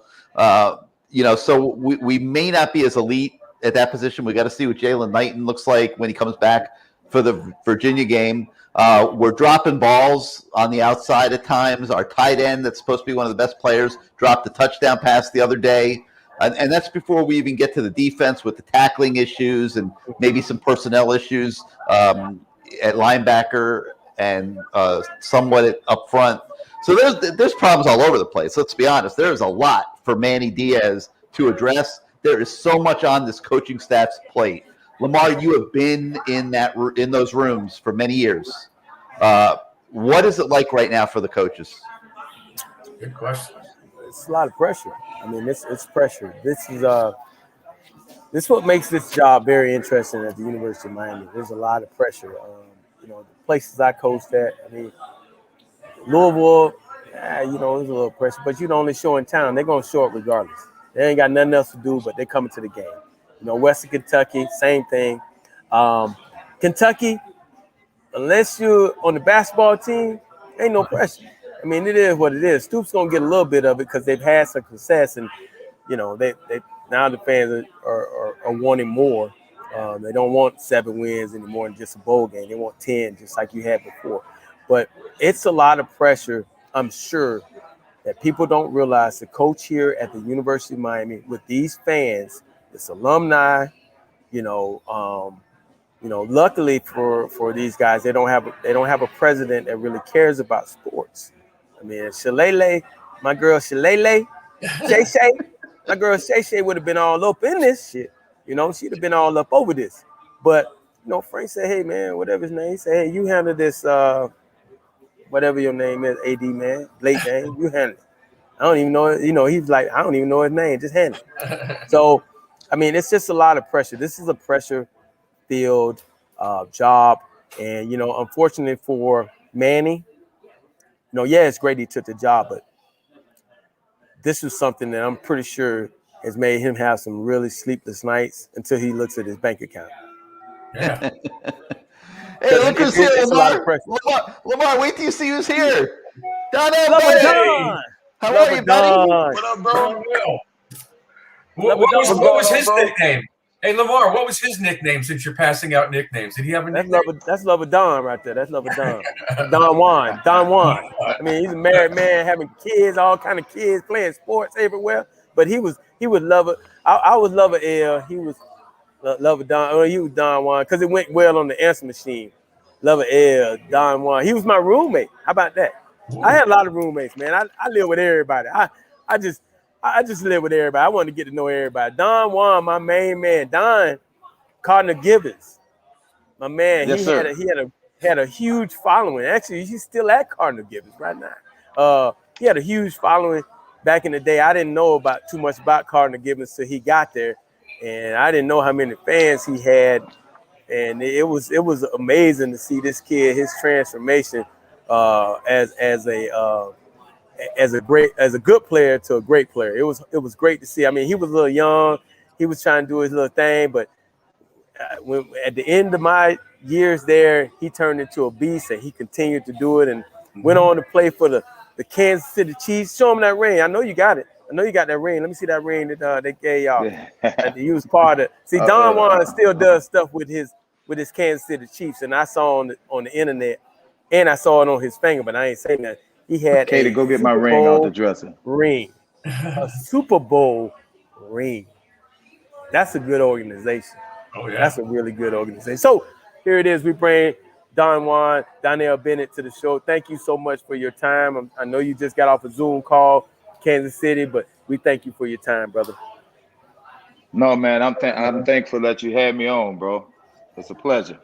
Let's see that ring. Let's see it. Oh, damn. Oh, that is nice. Damn, bro. That is nice. Listen, man, I was one of them guys that said, hey, listen, you didn't earn it, keep it in the dresser, put it in the safe, stuff like that. And my wife was like, listen, you did earn it. Yeah. You did earn it. Them years, doing what you did while you were there, man. So when she told me that, I was standing at the door waiting on the mailman.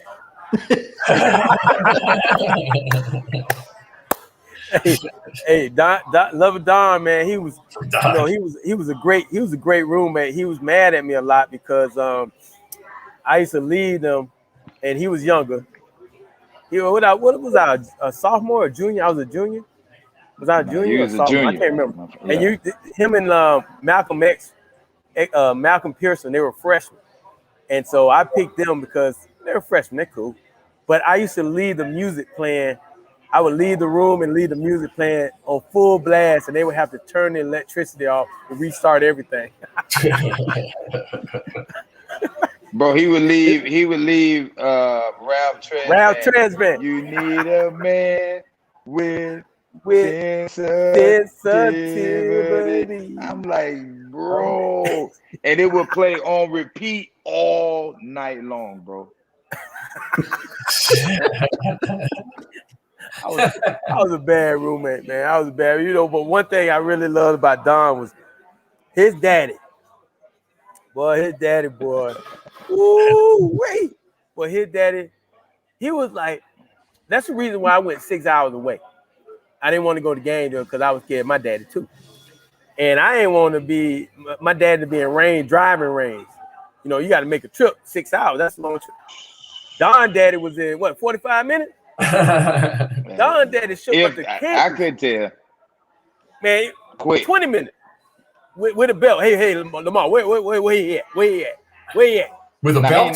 He never came in no belt, bro. He ain't had the belt. But I'm just saying, he came down to make sure his son was doing the right thing. He did not play. Oh, yeah. He was on point. I mean, I'm just saying not the belt per se, but I'm just saying he was on point. He didn't play no radio by his son, boy. He wanted to make sure Don was doing the right thing. Well, he did do the right thing. He's a hard-nosed player. I mean, look at how he played. Yeah. He's just a hard-nosed player, kind of like Steven before him. Just a hard-nosed. Yeah. Give me the ball. I'm going to knock you on your ass. That's what he was. Yeah. Well, unfortunately for Don, sometimes he would have to run to my side, and I would tell the DB sometimes, "Hey, man, it's a run play coming over here to the right." Oh, God. You would do that because I need that thing to get the third and long, dog. No wonder you had so many roommates. Nobody liked you. I'm just playing, man. Listen, now I'm gonna say this though. Like when we needed it, like Love L gonna throw his body in there for us now. He joke about that, and he played. You know, he didn't like the block. Now don't get me wrong. Now he ain't gonna do it 3 or 4 plays in a row. But you know, we call him Skinny the Pimp. He throw that thing in there. Skinny the Pimp.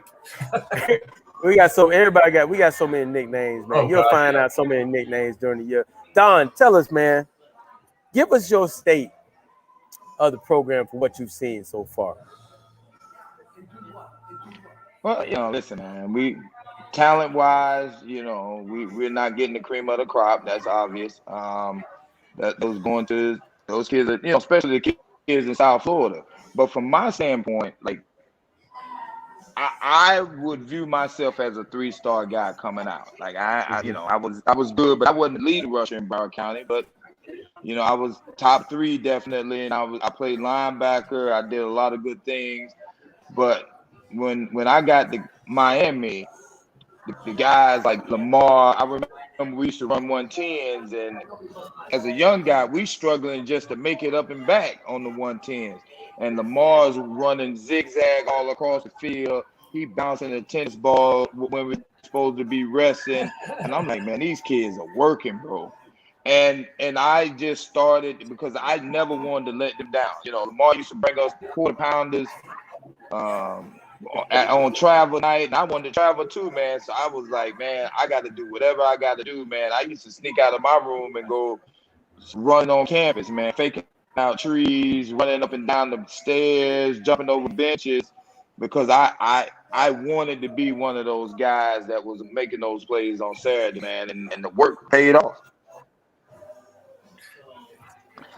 But with us now, you know, we just gotta continue to recruit those guys that are 3 stars and 4 stars and maybe 2.5 stars or whatever you want to call it, and that are committed to working, that are buying into the system, that are gonna be relentless every single day.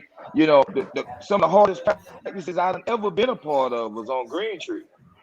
Like going against the #1 defense on a daily basis, man, it was like I got better naturally because we work every day.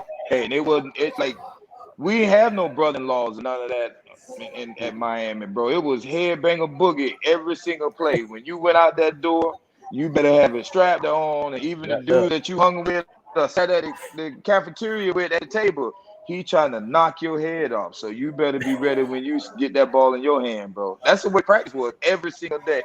And I think we're missing some of that. You know, we need some of those guys that really understand that philosophy and that mindset. And then, you know, as well as with coaches, man, you know, our coaches were the same way. It wouldn't be nothing for the O-line coach and the D-line coach to get in the middle of it and line up and say, we better than y'all.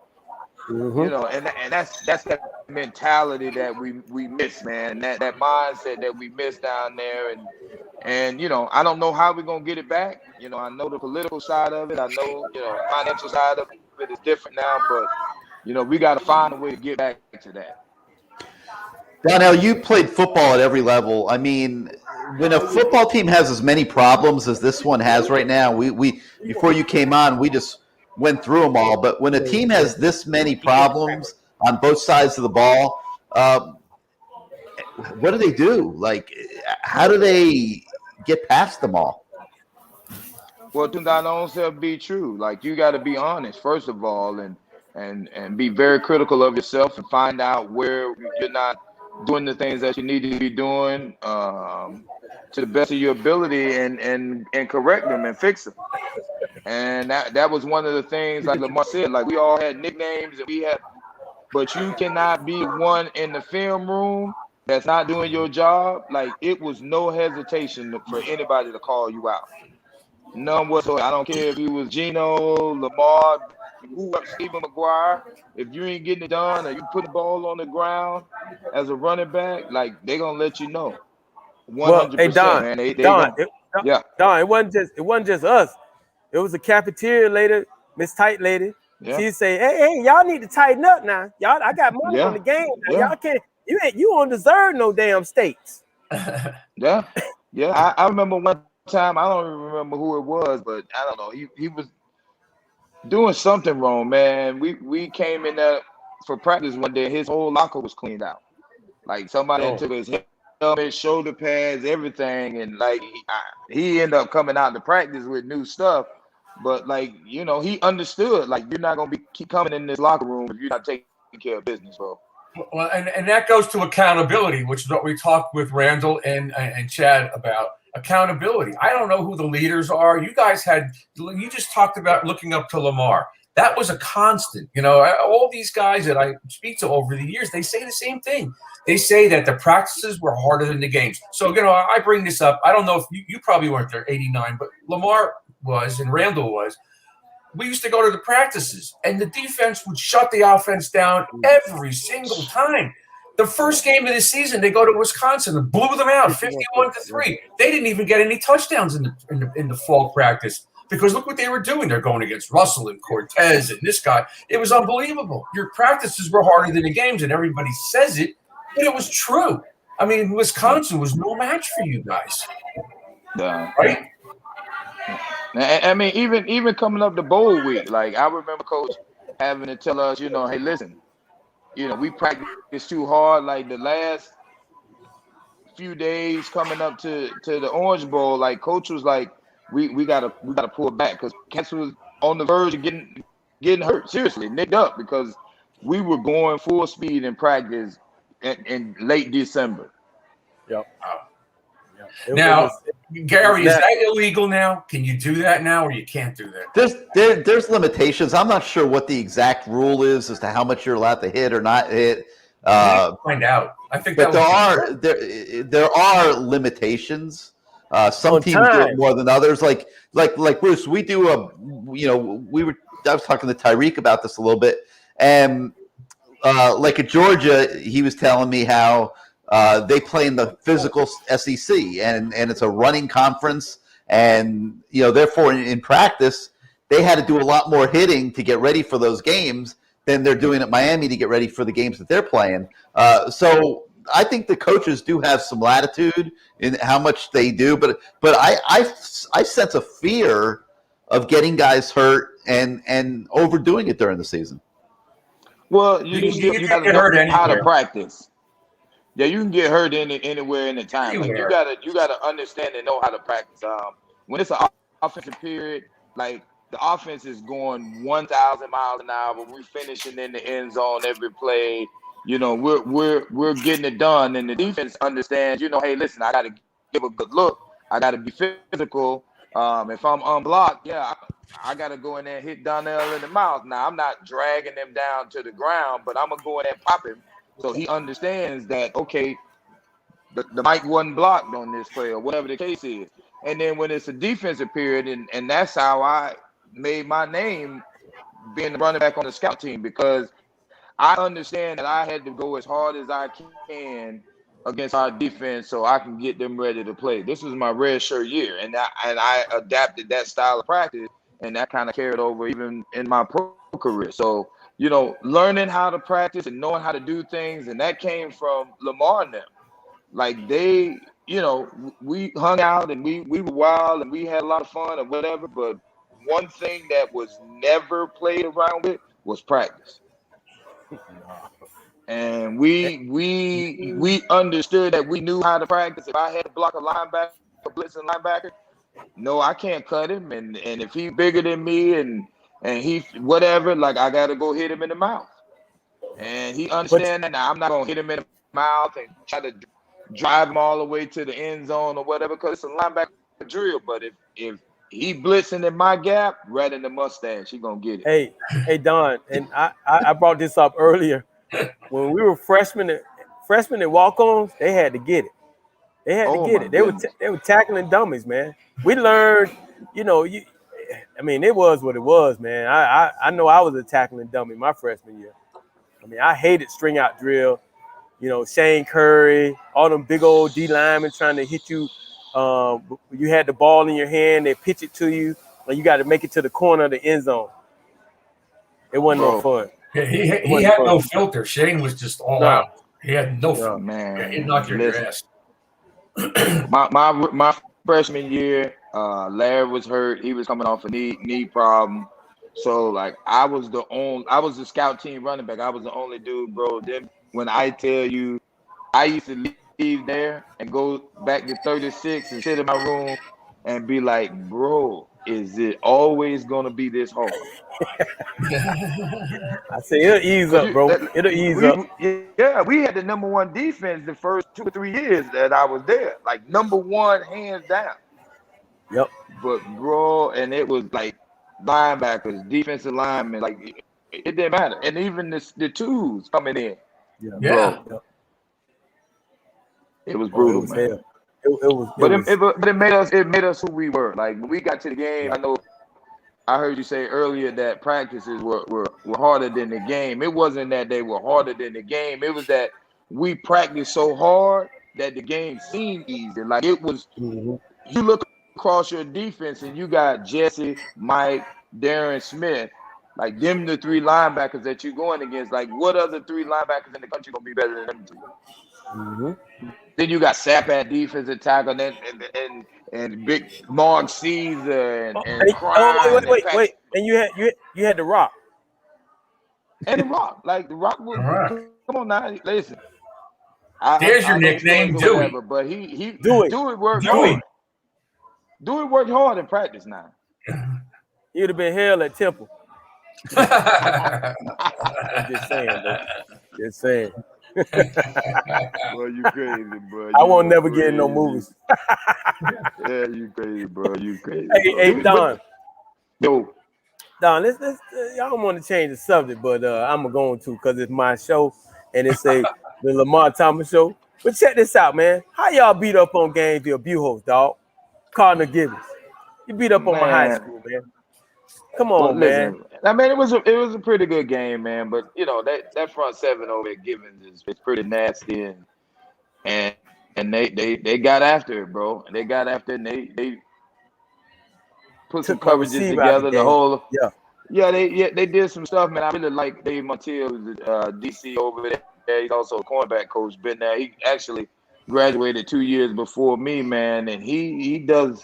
Like, that's his craft, bro. Like, he spent time at it. He worked hard at it, man, and they do a good job. And then offensively, you know, you gotta be prepared to cover the whole field for 4 quarters, man. 'Cause they throwing the ball all over the place, and they got some good runners too over there, man. So, but listen, bro, the game was close. What you talking about? We ain't beat y'all like that. Yeah, but you know, for a North Florida kid, we got an opportunity to see what it was like, because you don't really know how good you are until you play a South Florida team. That's where we looked at in North Florida. You know, I think it might have given them some confidence, because you know, South Florida teams, those programs like Cardinal Gibbons, St. Thomas, American Heritage, all those great programs, they're usually in the Final Four. So it was a great opportunity for Gainesville Buchholz, not Buchholz, Gainesville Buchholz, to play a good game against Cardinal Gibbons. We ended up losing. So I guess we could look at it like we're the University of Florida. We were close. Yeah. Plus, man, them 3 schools that you named, bro, they pedigree of coaches is second to none. Bro. Yeah. And Roland at Central. Roland at Central's good too. Yes, definitely, bro. Roland leave Chaminade out. Man, Chaminade, there's a couple schools out there, man. You look at their staff, man, there's some guys that really put in the work, bro. I mean, it's different from when me and you was coaching high school football, bro. These people got huddle sideline, end zone copy, TVs on the sideline. Like, they coaching for real, bro. Wow. So. Wow, yeah. We ain't have none of that at Boynton Beach. We ain't have none of that. We ain't have none of that, dog. Yeah. None of that. So, Don, you your sons, how old are your sons? What's going on with them? So my oldest son, Matthew, he's a head coach at Virginia Episcopal School of Bishops in Virginia. My second oldest, Donnell, he's an outside linebacker at St. Thomas University down in Miami Gardens.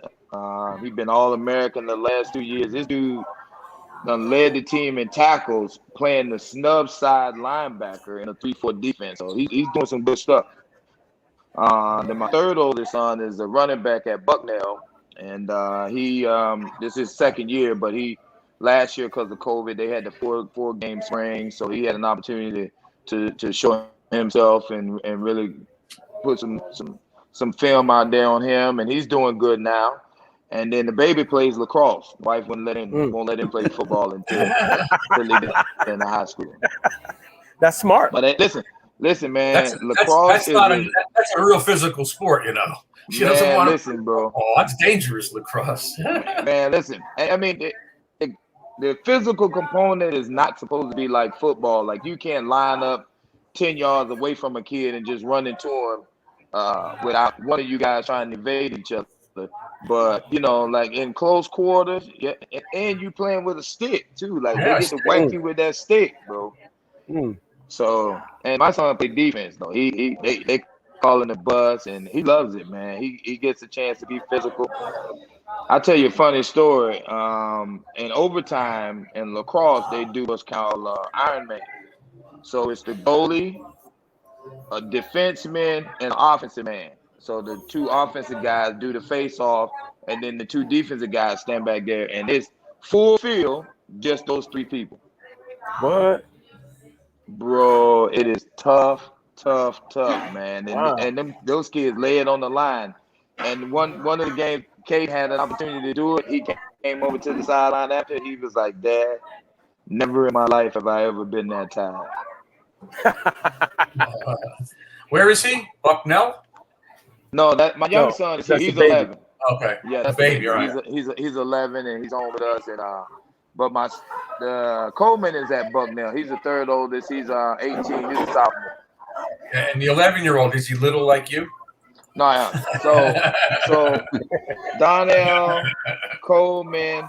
I mean, Donnell and Caden are built like me, and Coleman is built like my wife. He's lean and quick, bro. Quick, yeah. Awesome. Well, that's great. Don, how did you enjoy being around the guys again? Seeing Coach E. Bro, that was so much fun, bro. Yeah, like that's all I've been talking about. I keep scrolling through the pictures, man, seeing different people that I might have not remembered right away. Some walk-on guys that were there that I ain't remember, and then thinking back, and finding a way to remember them guys, man, and then just thinking about the fun times in that locker room, beating on the desk and dancing in the meeting room, bro. Like, I don't even think it's possible that people had more fun than we had in college. Like, I'm being honest, bro. I can't see it, bro. It was definitely enjoyable. I can tell you that. It was to be around you guys, especially you younger guys, man, because a lot of them came up to us older guys and said, thank you. And I'm like, what? Thank you. Like, thank you for what? Y'all helped us get this ring. You know, remember they were a lot of them were just freshmen. Yeah. And they got a ring. Yeah. And, you know, obviously we didn't get another one for a long time. So we got them that ring. And you don't even think about it because we played for so many. You don't even think about how hard it was to win them. Because it was just, you know, we got that Orange Bowl ring and everybody threw that shit in the trash. We won number one. You know, it was in that we didn't have a bowl, we didn't have a conference ring. They didn't celebrate that. We were independent, then we moved to the Big East. Big East didn't even, you know, we won the Big East every year, but they didn't. It was no big deal. It was nothing to celebrate.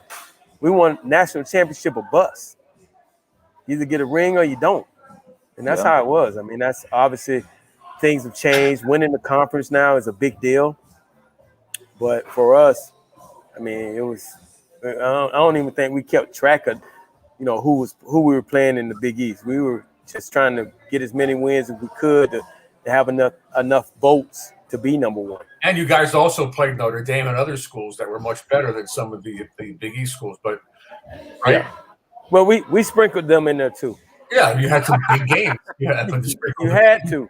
I mean, you got to put them alongside their counterparts like Long Beach State.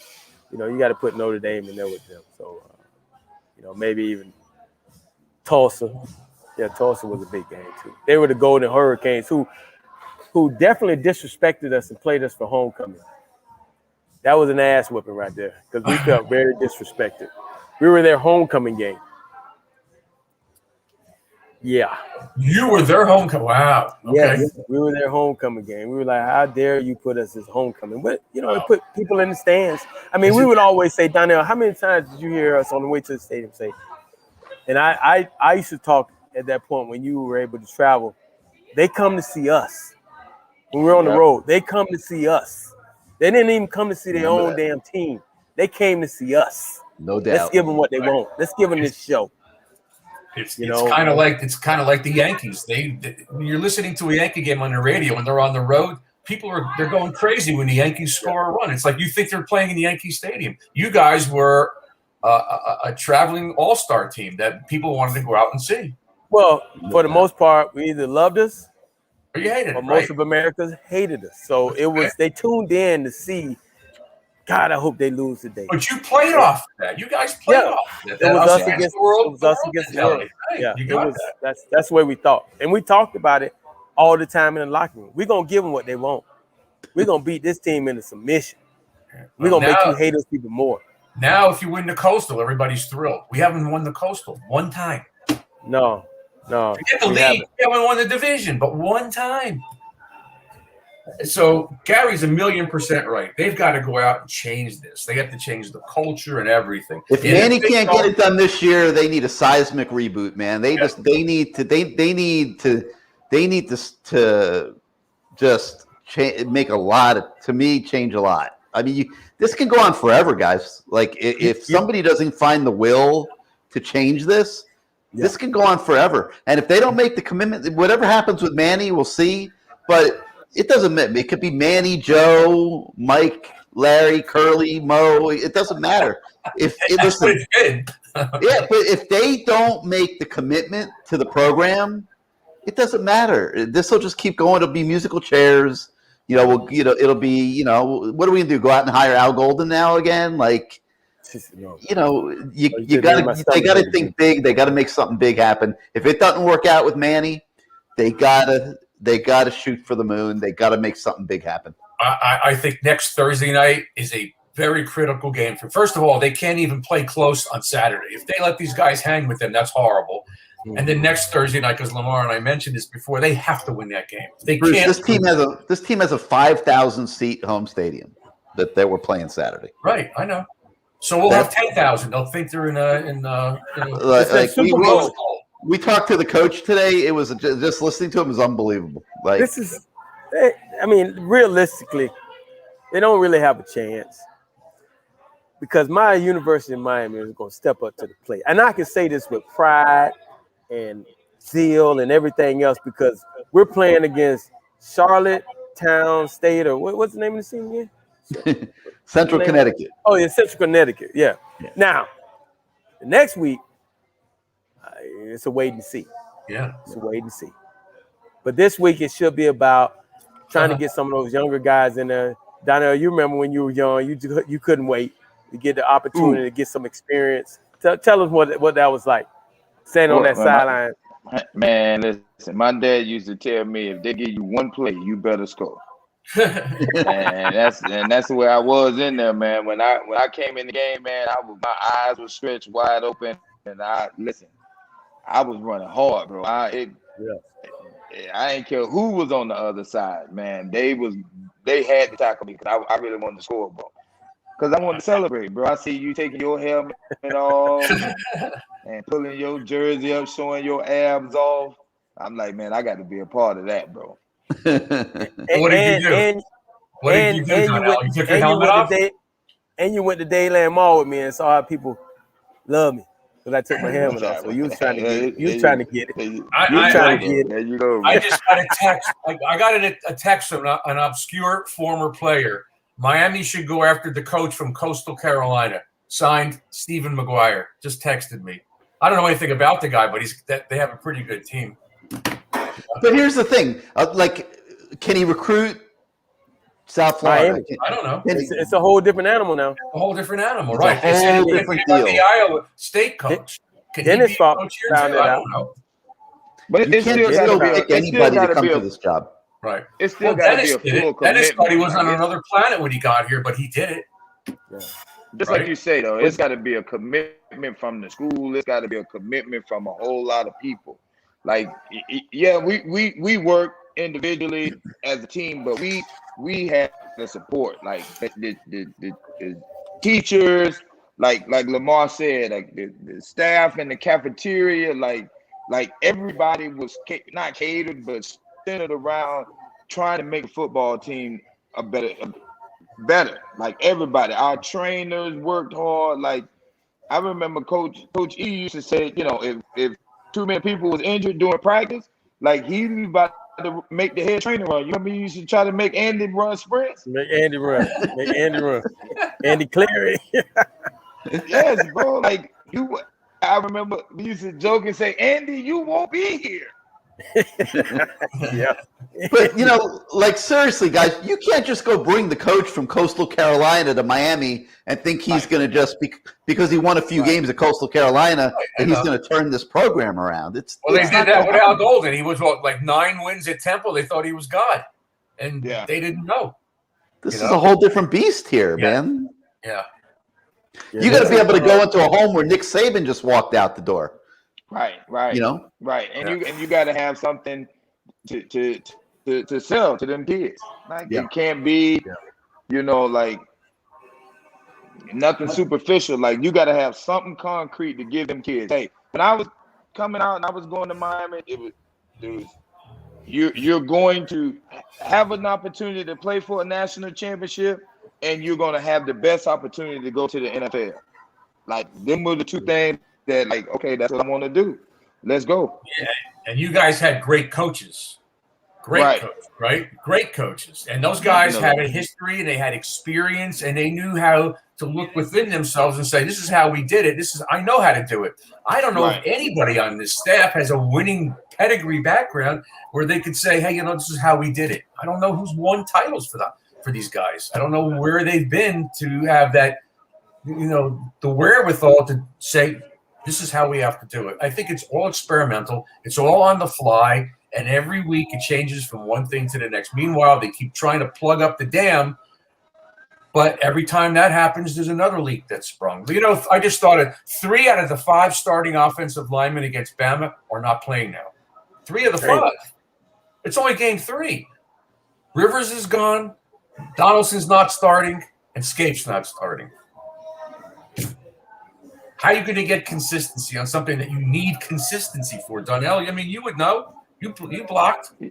Yeah, you just, like I say, it's got to be a full commitment.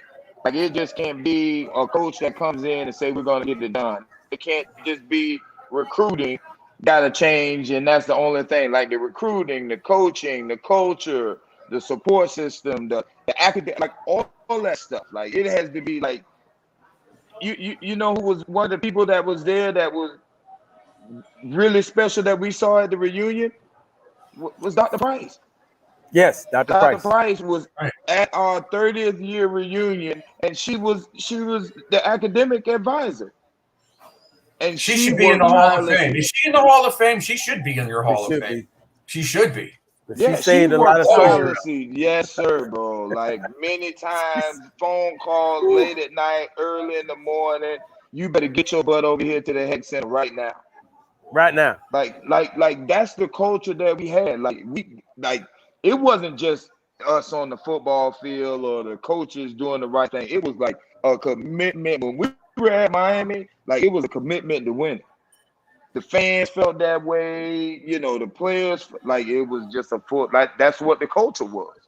Right. And you had a fear of failure, and these guys now are accepting failure. That's a huge difference in the mindset of what I'm seeing. These kids, you guys would look at each other after a loss and you say, next week we're going to beat the crap out of this team. And you practiced hard all week and you went out and did it.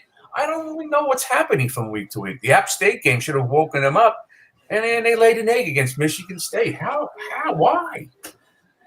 Yeah, I remember on Thursdays after the coaches get their pregame, whatever, and we go like they kick it might have been Friday. They kick all the coaches out of the room. All the coaches, y'all, all right, okay, that's what we're gonna do. Coaches, y'all leave. And sometimes it'll be a video from old players, or it'll just be the Lamar and the rest of them. They'll go stand up in front of us and be like, listen, this is what we're gonna do. This is how we're gonna do it. If you're not gonna do it, don't even show up to get on the bus. We ain't gonna be mad at you. You can still go to the club and stuff with us when we come back, but if you're not gonna do it, don't even get on the bus. And I remember every game when we pulled up to the stadium, the last thing I was said before you get on the bus, if you're scared, stay on the bus. Stay on the bus. And that was the culture, bro. Like our bus driver, Nipsey Russell, God bless him. We would be like, Bussy, we need to hurry up and get to the airport because we want to go kick these people. You know what? And Bussy he a gun on us, bro. Gunning. And that was just a mentality and culture. Now, are you gonna be able to do all this stuff now? Probably not. You know, but that's the culture. You got to find a way to emulate that, and obviously it's been done at some other schools. So you know, it's possible to get it done. We just got to make the commitment to do it and be willing to do the work. Okay. Wow. All right, man. We appreciate you coming on, man. That was well spoken. I knew having a Cardinal Givens guy to close it, man. You know, well spoken, very articulate, good looking, big hunk of a man yourself. You know, miss you as a I love the goatee. Yeah, that's a killer goatee you got working there, Donnell. It blends in with the shirt.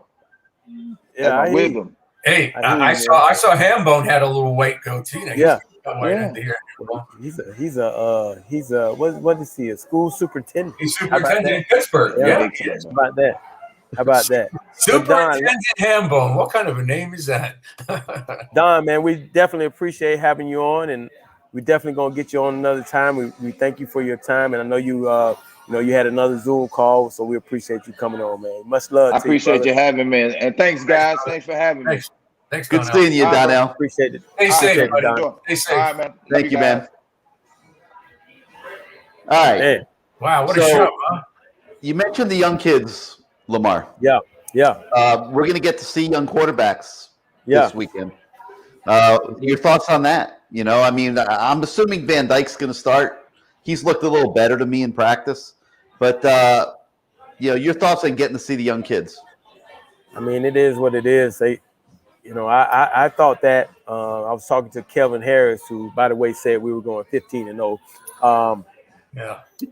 He was like, yeah, I know, right? But he was like, oh, we need to play our starters at least the first quarter so they can get some continuity and all that. And you know what? Get those young kids some experience because they're going to need it. This is going to be a long year, and we're going to need them. I mean, obviously, the older guys, they're a little beat up. So this is definitely what the doctor ordered. That I'm hoping. No doubt. I mean, and then you got a Thursday night game coming behind it. Yeah. That's why this is definitely the way the schedule is set. It's perfect for what they need. If they can go out, play some of those young guys, still go out and manage the game, win the game, going away, and have some confidence going into the next week on Thursday. That's going to be awesome. Healthy. What did you guys? What did you think of? Well, obviously Keyshawn Smith's looked good so far, and I saw Ronaldo Brinson get wide open and make a catch or two. So you got to be happy with those young kids. Yeah, I'm excited. I still want to see more consistency. Making those tough catches. It's a little odd that they stay on. Like if the guy is on the right, he stays on the right. They don't move like we did. It's I don't know. I guess it's every now and then, but you're right for the most part. Yeah. But I guess it's to help you go faster and maybe so they won't have to think as much.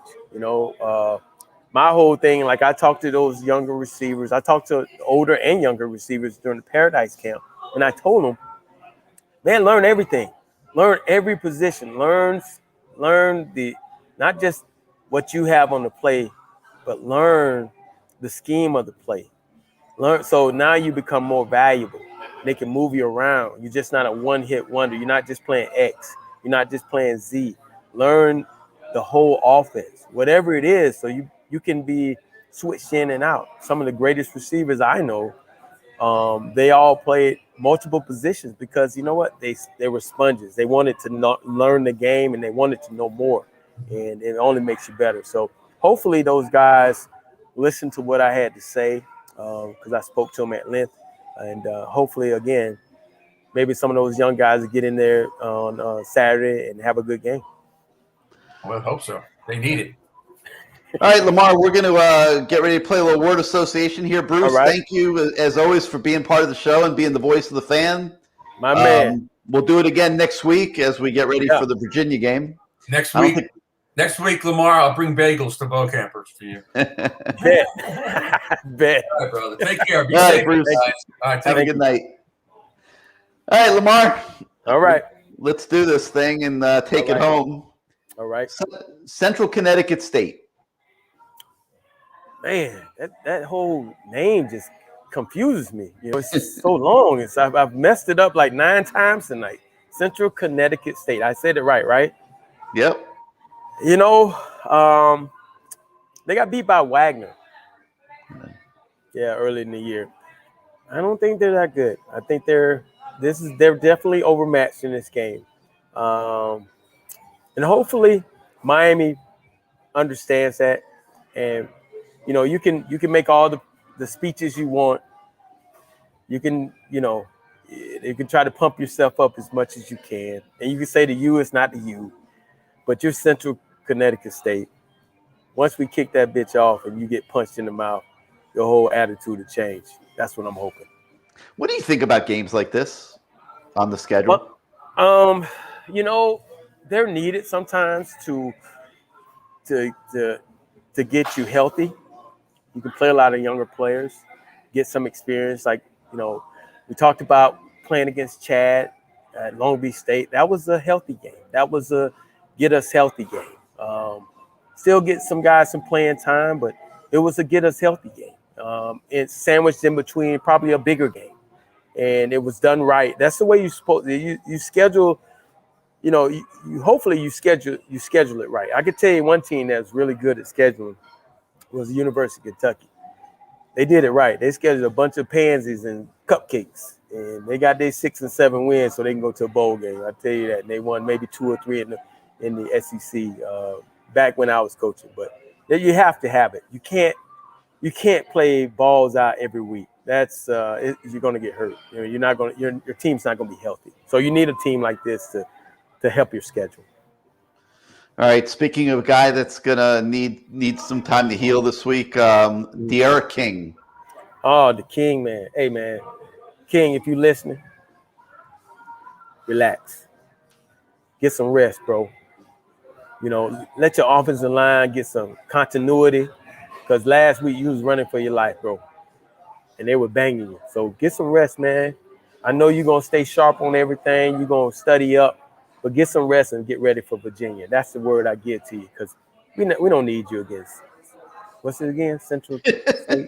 Whatever. Central Connecticut State. Yeah. We don't need you again. I almost said Central State. Those are the Marauders. That's a HBCU. But yeah, we don't need you, man. Get rest. Get yourself healthy because this is a long season and we need you. We definitely need you to take us to the stretch. Take us down the stretch, big man.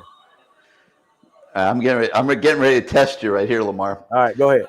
Steve Romello Williams. Oh, man, the quarterback from Connecticut Central State. Did I say it right? Or Central Connecticut State? That's it. All right. Well, which one is it? Central Connecticut State, but yeah. Okay. You know who Steve Romello Williams is, man. That's I'm impressed. Hey, the guy, he beat St. Thomas back in the day. He was at Miramar. Really? Yeah, he was a quarterback at Miramar. He beat St. Thomas when Ryan Collins was the coordinator. Ryan told me, yeah, man, that's the same kid that beat us at St. Thomas. So, you know, hey, he's played in big games before. I mean, but he probably had a better team around him than he has now. So, you know, he's probably looking forward to the challenge, coming back home and playing against, University of Miami, and playing in front of his home people and fans. So good luck to you. College Station 2022. Oh, man, we going out to College Station in 2022. How about that? So we're going on the road to the house of the 12th man and the people kissing after they score points. Jimbo Fisher's house. We're going out there. They play some good ball out there. It's good for your schedule. We'll see how good we are, but that's in 2022. Right now, we got to handle 2021 because that's what's at hand. Because, hey, man, we got to make it through 2021 to get to 2022 because it might be all new people if we don't get it right. And if I'm hoping Manny goes on a win streak and, maybe we get 5 or 6 wins out there and salvage this season. And we go into 2022. We go out there to the home of the 12th man, and maybe I'll sit in the stands and see if someone will kiss me. Hopefully not a dude. I actually was there this summer, Lamar. I was passing through. Yeah, I was passing through that area, and I went over to Texas A&M. I wanted to check out their facilities and just see what it was like, for this SEC school and all that. And I was pretty damn impressed, man. It's like they got a lot of real estate there, and they're getting ready to put about $160 million into their program and bring it all in the air conditioning. Pretty impressive. I got to see our man James Coley over there. James Coley, Coley. Yeah. Hey, they got money out there now. They got money. Oh, they got money. They got money. They got rich pockets. Hey, by the way, Lyndon Clemens said Word Association Seminole Ridge basketball game coaching. He was the assistant principal at Boynton Beach High School, and he's the guy that basically helped me steer Lamar Jackson in the right direction. Thank you, Lynn. Thank you, Lenny Clemens. You're the man, baby. Appreciate that, dog. All right, we're gonna bring you home now with a weekly staple, Lamar. Manny Diaz. Manny. Hey, you got what you need. Opponent that is not on your level. You got a chance to be able to make some things happen this weekend and block out all the outside noise, Manny. I mean, it's a lot. But you knew this when you took the job. When you signed that contract and you saw those zeros, you should have known this shit was going to come along with it. So we got to get you to tighten this ship up, and get ready for the next game on Thursday night after you destroy Connecticut Central State or Central Connecticut State or whatever the hell it is. So I'm pulling for you. I'm coming. I wasn't going to come, but I said, you know what? I'm going to support my team regardless, Manny. So I want to see points. I want to see some tackling, and I want to see some touchdowns. I even want to see the goddamn turnover chain. How about that? There you go, Manny. All right, Lamar, great show tonight. Let's thank Juan Bennett, Randall Hill, Chad Wilson for coming on. Yes. I mean, just amazing conversation. And the viewers that, thank you guys. I know this is a long show, 2 hours and 40 minutes, but we thank you guys for listening, man. And tell a friend that we're doing this, and we're just, hey, man, we want to be different than other shows. We just being honest. And, I'm going to use my personality. Gary's going to use his personality, and the average fan is going to use his personality. We're just going to have fun, and we're going to bring on some good guests, and we're going to talk old football, and we're going to talk new football, and hey, we might even do other things. We might have some people that don't even have anything to do with football on the show, but it's going to be a great show from here on out. So make sure you tune in every week, 8 to 10, or you catch it on YouTube. And hey, how y'all doing? Y'all doing all right? It was right in the middle of my speech. Made me lose. Let's give shout outs to that's hard. Bo Campers, All Canes, Bo for Campers, sponsoring All the show. Canes. Thank you. Don't forget about Crowded, the app. We got to throw them in there too. That's my guy. We working that thing out. So appreciate you guys coming out tonight. Gary, go ahead and close it up. You know how you do, baby. All right, Lamar, I'll see you at the stadium Saturday. For LT, I'm Gary Ferman. Thank you for joining us on the Lamar Thomas Show. We'll see you next Wednesday night, everybody. Go Canes.